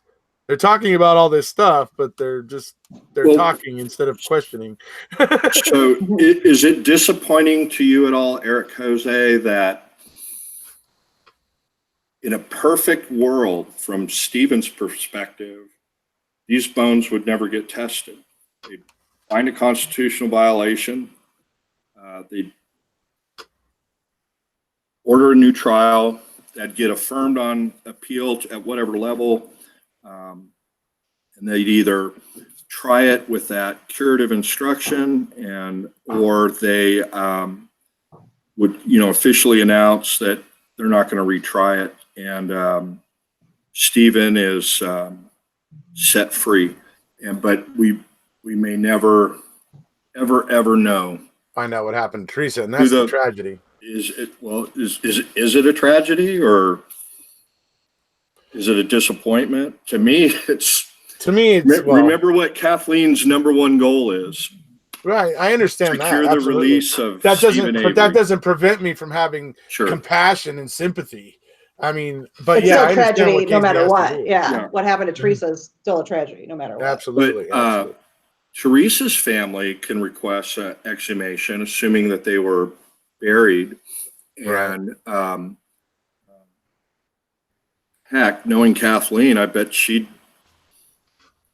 after Stephen's set free and pursues his stuff, I bet she'd pay, have that stuff tested through that expert. Because remember, the FBI had a lot of those remains at one time and said that, there wasn't, what did they say? That wasn't anything appropriate for DNA testing or sufficient for DNA testing. We don't even know if the method, while optimistic, as laid out in her December motion, is even capable of actually testing. I think he said he had about an 80% success rate with similar charred bones, right? I'm sorry, what? It's okay. I'm just babbling. What, you got a question? Don't mind me.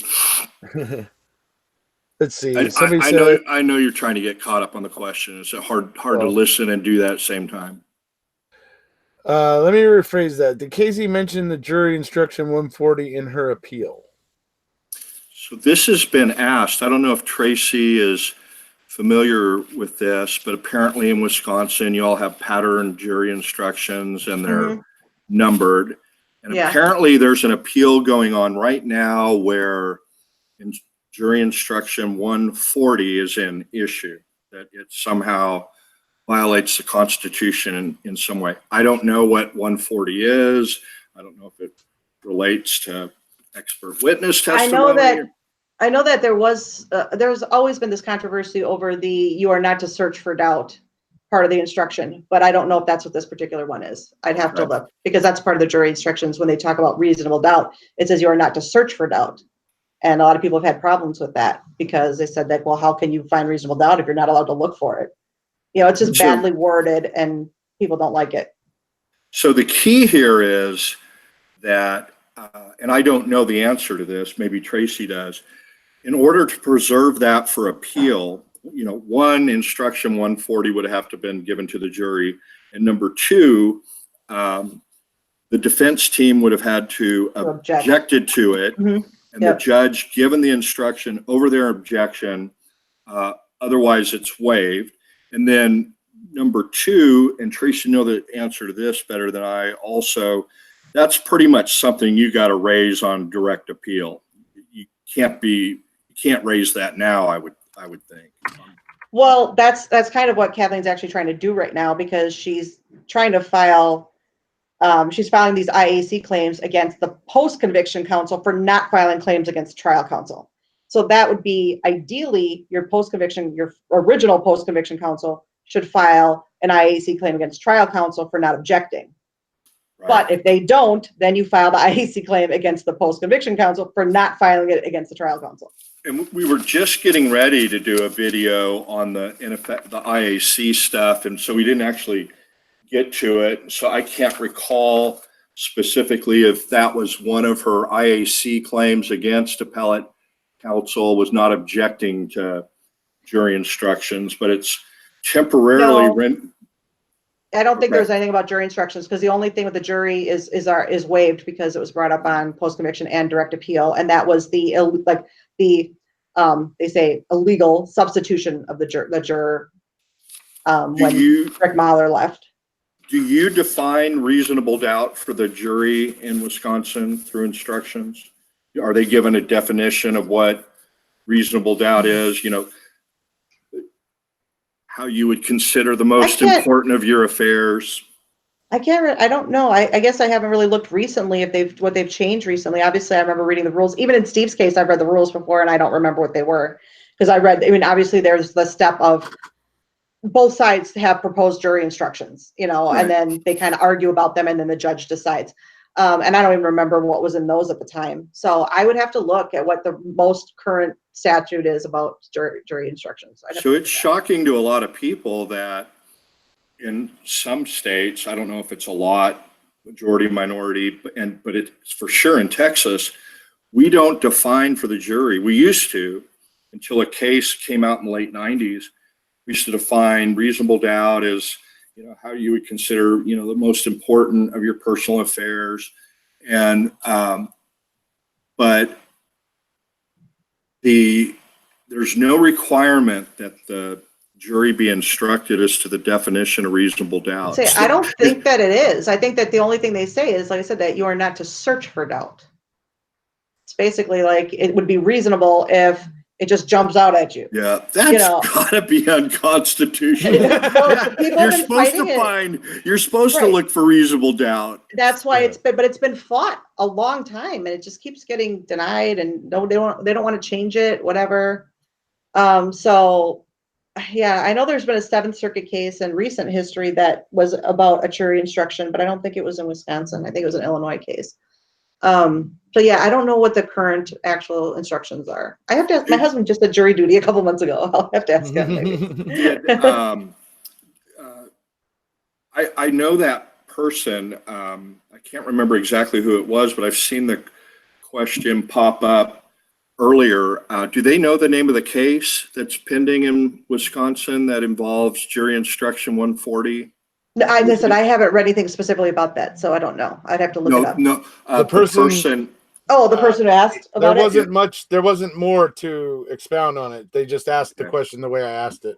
Okay. Well, if they're still in there and they're listening to this and you know the case, if you'll type that in for Erekose, I'll look into it, and I'll also forward that to. Or if you're on Discord, Tracie. Head over to Travis's Legal Corner and put it there too. Yeah. But either way, I'll forward that to Tracie, and just so she has it for her file. Okay. iGainer has a question here. Even if it's okay, so let's say they get the constitutional violation, and basically the conviction is overturned. Mm-hmm. The question here is, at that point, will Stephen be able to sue the county for his most recent prison time? And I'll go ahead and take a stab at this before you guys, and you guys can correct me if I'm wrong. But from what I learned watching The Staircase, the answer is going to be no. That you won't be able to do any of that until the state actually attempts to retry you, and then you win. And when you win, then maybe there's possibly some recourse for you. It's whenever the case is legally final. So, right. I mean, it would be whether it goes all the way to the Court of Appeals or the Supreme Court and Steve's conviction is still overturned, or if they choose to retry him. I mean, it's just whenever it reaches its legal finality, then, and he is released from prison. Oh, I see. Okay, so that can take two paths. They can retry him, or they can appeal it to the hill. Yeah, well, they'll probably do both. Yeah, I mean, but yeah, they'll appeal it, and when they have no choice to retry him, then they'll retry him, or they could try to, So basically, he has to be exonerated, you know, and exonerated just means that you were once convicted of something, and now you're no longer convicted of it, you know. So once that happens, then he is legally wrongfully convicted, and he can file a civil rights suit. Exonerated or acquitted. Mm-hmm. Yep. Somebody else asked, in that same situation, does the conviction being overturned leave basically Stephen Avery open for retrial basically for the rest of his life, or is there some kind of a statute of limitations on how long they have to retry That's him? Not on interesting murder. because in the staircase, I mean, he was waiting retrial. He may For a still be long waiting time, retrial, right? yeah, for years now. But like in Ryan Ferguson's case, they gave them a deadline. They basically said that like within like 90 days or something like that, that you have to Right. decide whether you're going to retry him or not. So usually, I mean, even in Brendan's case, they had said that, I think it was, what was it, 60 days, I think, that they'd given originally, the Right. magistrate judge. God, I can't Something like believe that. how much I forget, how many details that I knew so well. Just forgot. I'm sitting there So thinking, many was it 60 details. days or 90 days? Whatever it was. But yeah, so, I mean, again, the courts are supposed to want to have finality just as much as everybody else involved. Right. So with the situation with the staircase, they put him on house arrest and they just left him there forever. Right. And yeah, I mean, with a murder charge, you know, there's no statute of limitations. So yeah, I mean, but that has to be itself a violation of their, you know, human rights, that you're never going to try somebody for something that, you know, you're supposedly charging them with, you know, so. Right. Yeah, it depends on how the court rules, but I would think here they would want to give some type of deadline. Right. So, okay, so that makes sense. So, yeah, unless they, so they'll basically the timeline has to be established by the Mhm. the court, right? Okay. Let's see here.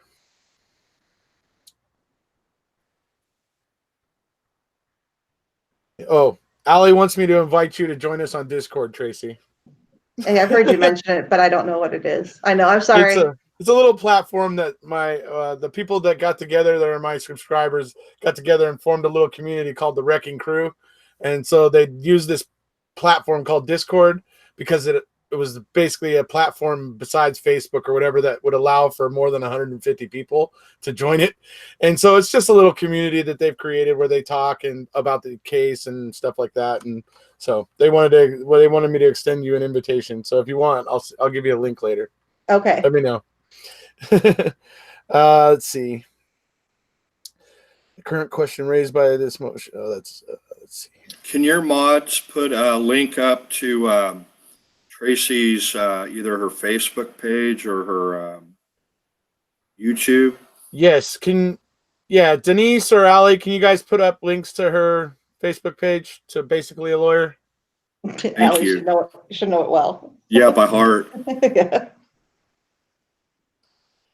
Yeah, a few months Yeah, ago. when I got done with my live video, I saw that I had a bunch of requests from someone mentioning it on Reddit, which I was surprised. So I don't know who did whoever that was. Thank you. Okay, let's see. Pom Pom. Julie asks, do you think the state would accidentally destroy the rest of the evidence so KZ won't have access to any of it? See, I want to say no.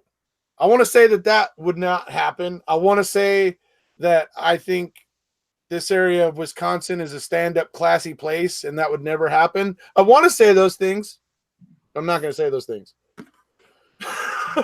I know that, like I said, I think that there are too many eyes right now that, you know, like it would just not help their cause at all at this That would point also be true. to do it. I know that, interestingly enough, and again, should I say this or not? I know that Steve's not concerned about it because I was concerned when the battery issue came up, when Kathleen tweeted about it. I said, well, she pretty much just gave away any chance of being able to pull that battery out and search for fingerprints.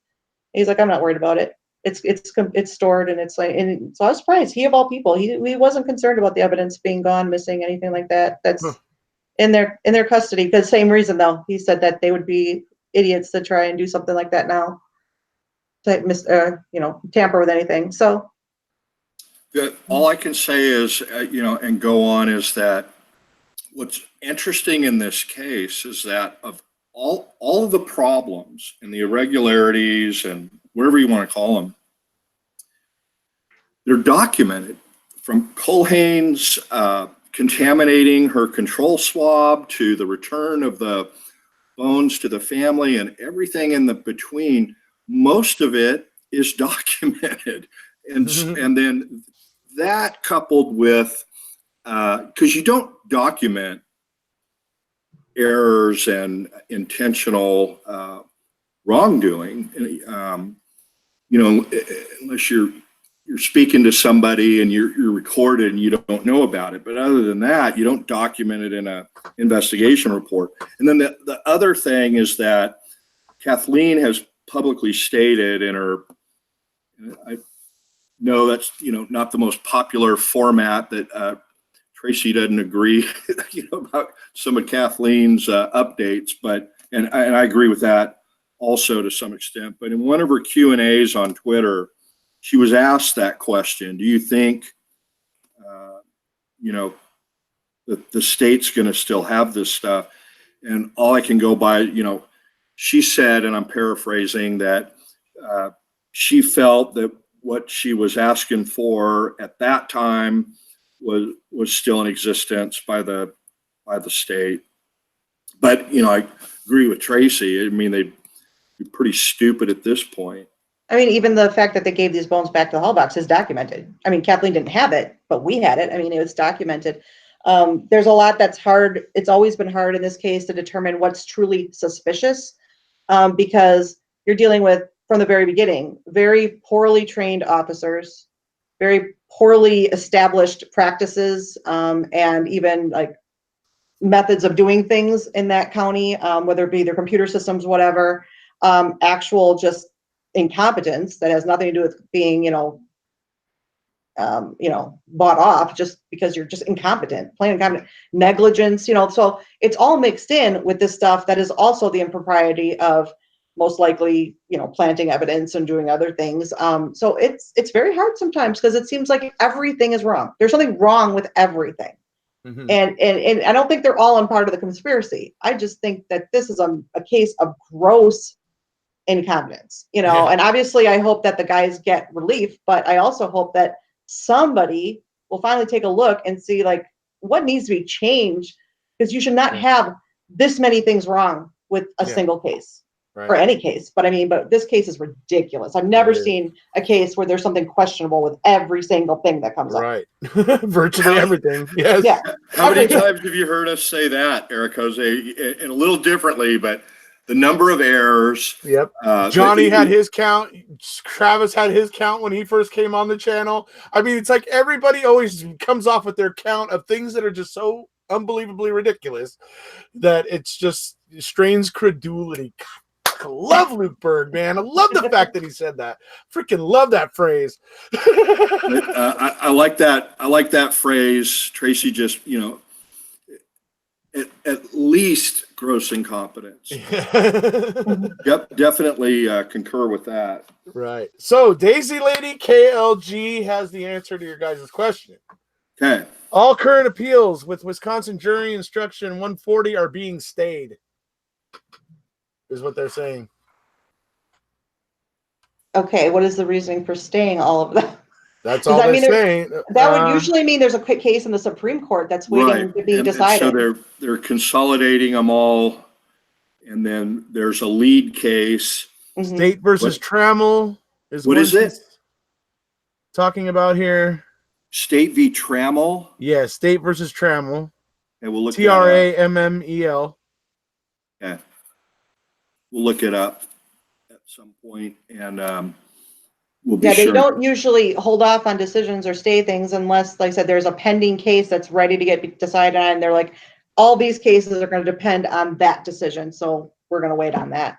It's a matter whether it's federal or if it's in the state Supreme Court. It would probably be state Supreme Court if it's a state jury instruction, I would think, but you never know.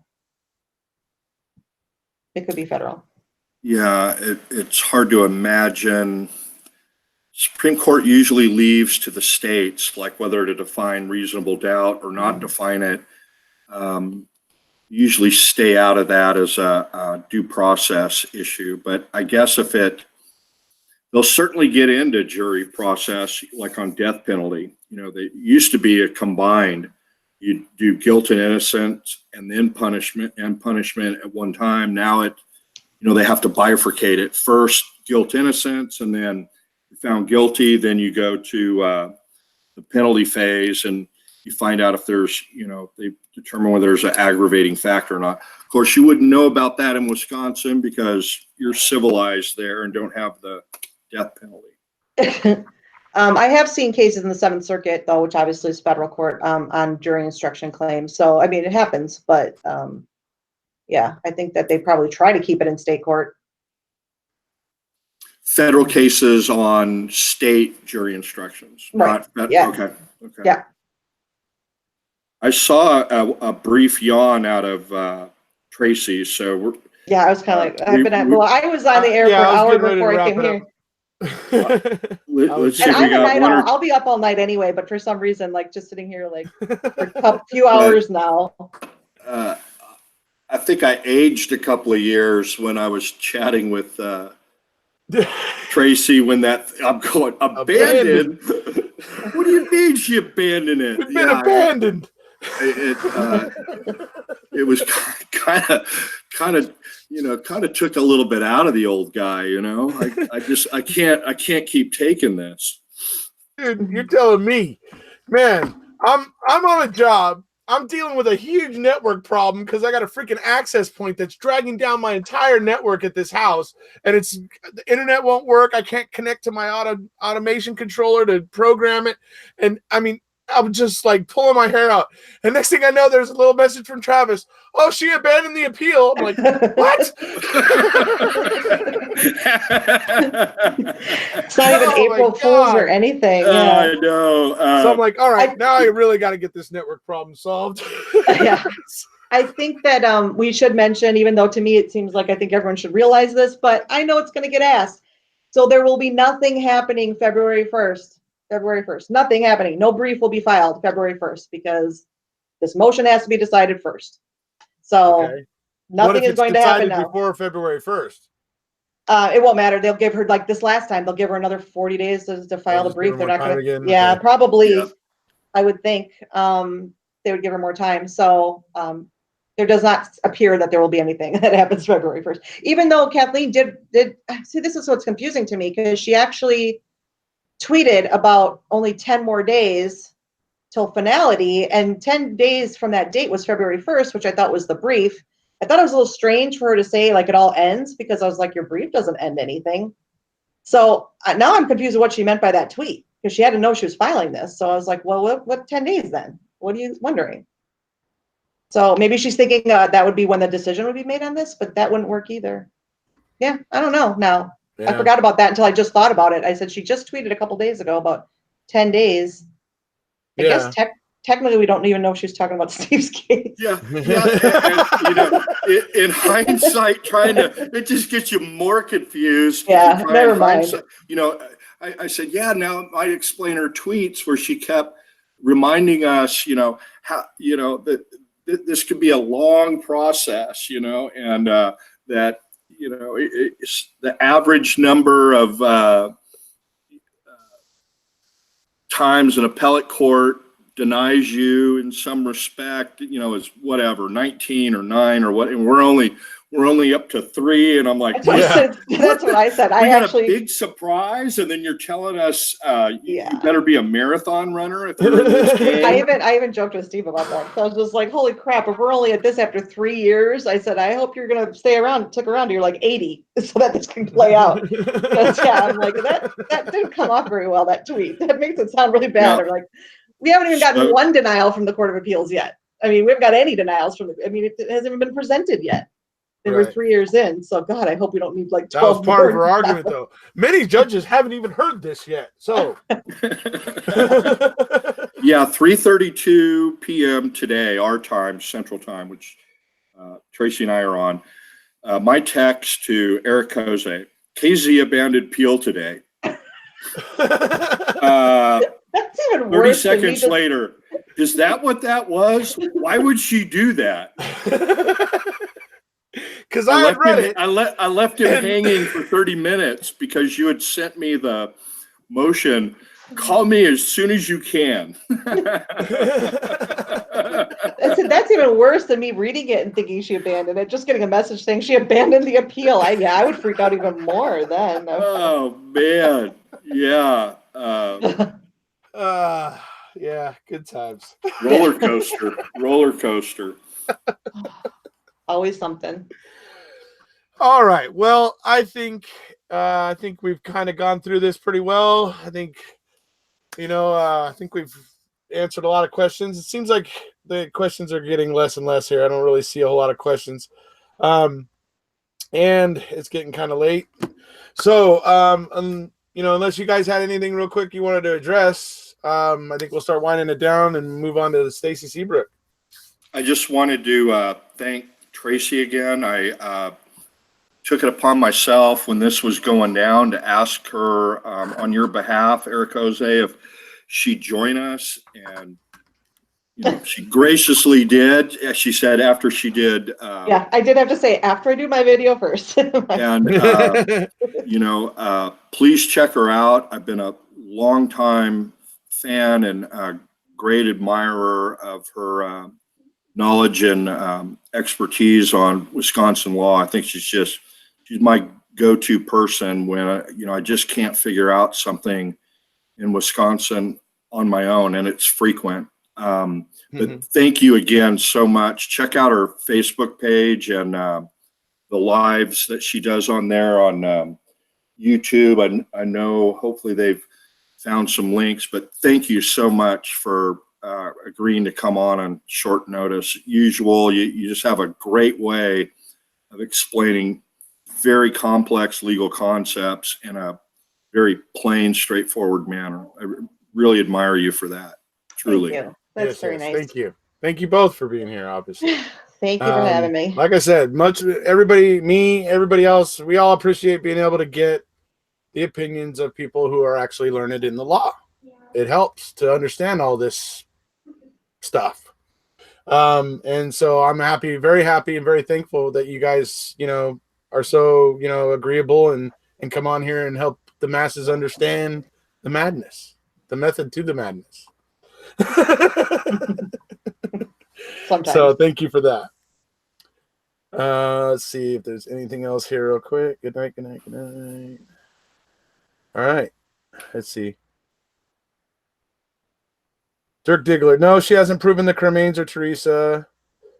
She hasn't proven anything. She's asking. She just knows that they were given back so far. That's all she really can say at this point. As that's all she can state as fact anyway. Well, thank you so much, Lisa B. That's very kind. Thank you. So I guess we'll go ahead and cut to Stacie. And once again, thank you, Lisa B. That's very generous of you. Thank you so much. And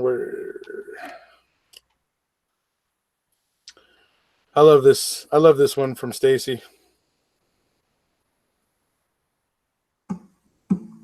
Get on the train before it leaves. See you all. Thank you. Bye. Slavery, a complete fabrication. Get on the train.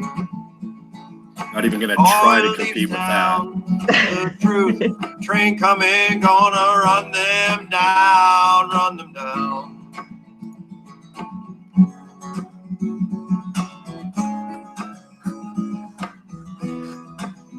And we all know Stephen and Brendan were blamed, but it does not take a brain surgeon to see that they were framed. Yes, we know what this was about.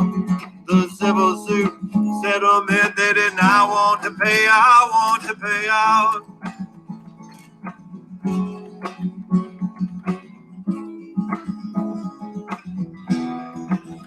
And you may hear this song, or maybe you don't get it.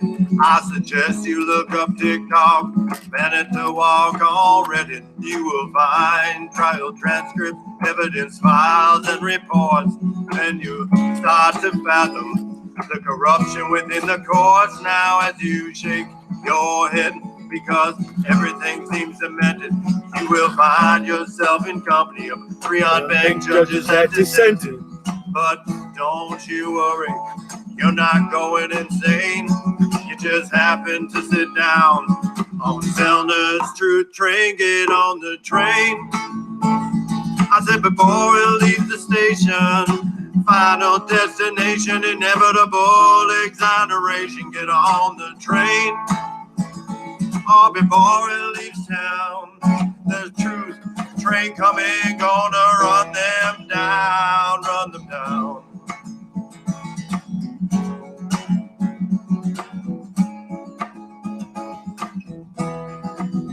Get on the train.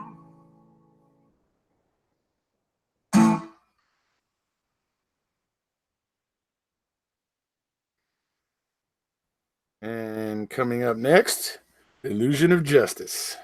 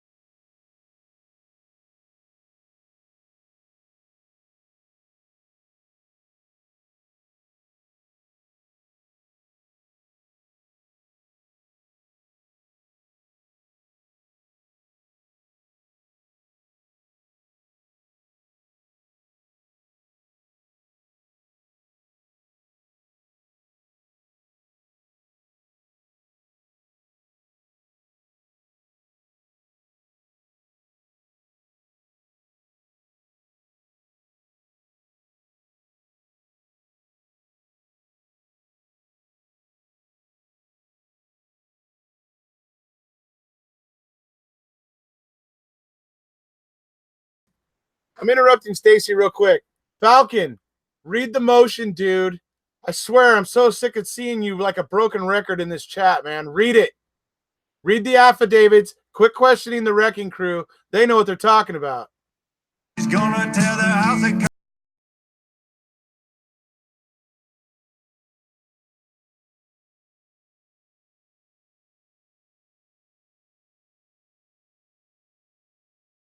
for an illusion of justice. Oh, they say you can't trust us. Oh, but they abuse the flag for an illusion of justice. Of justice.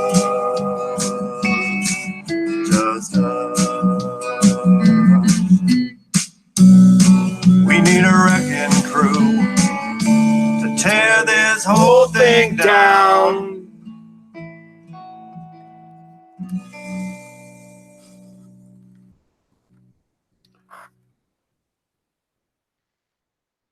All right, folks.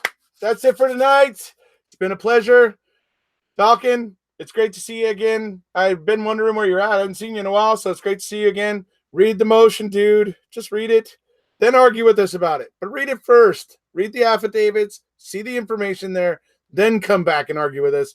I get it. You find it hard to believe. I would have found it hard to believe too. I truly was blown away when I found out that this part of queso didn't make it to Zoner. So read it. Check it out. Would love to discuss it with you, buddy. Everybody else, if you haven't already, please hit subscribe, and we'll see you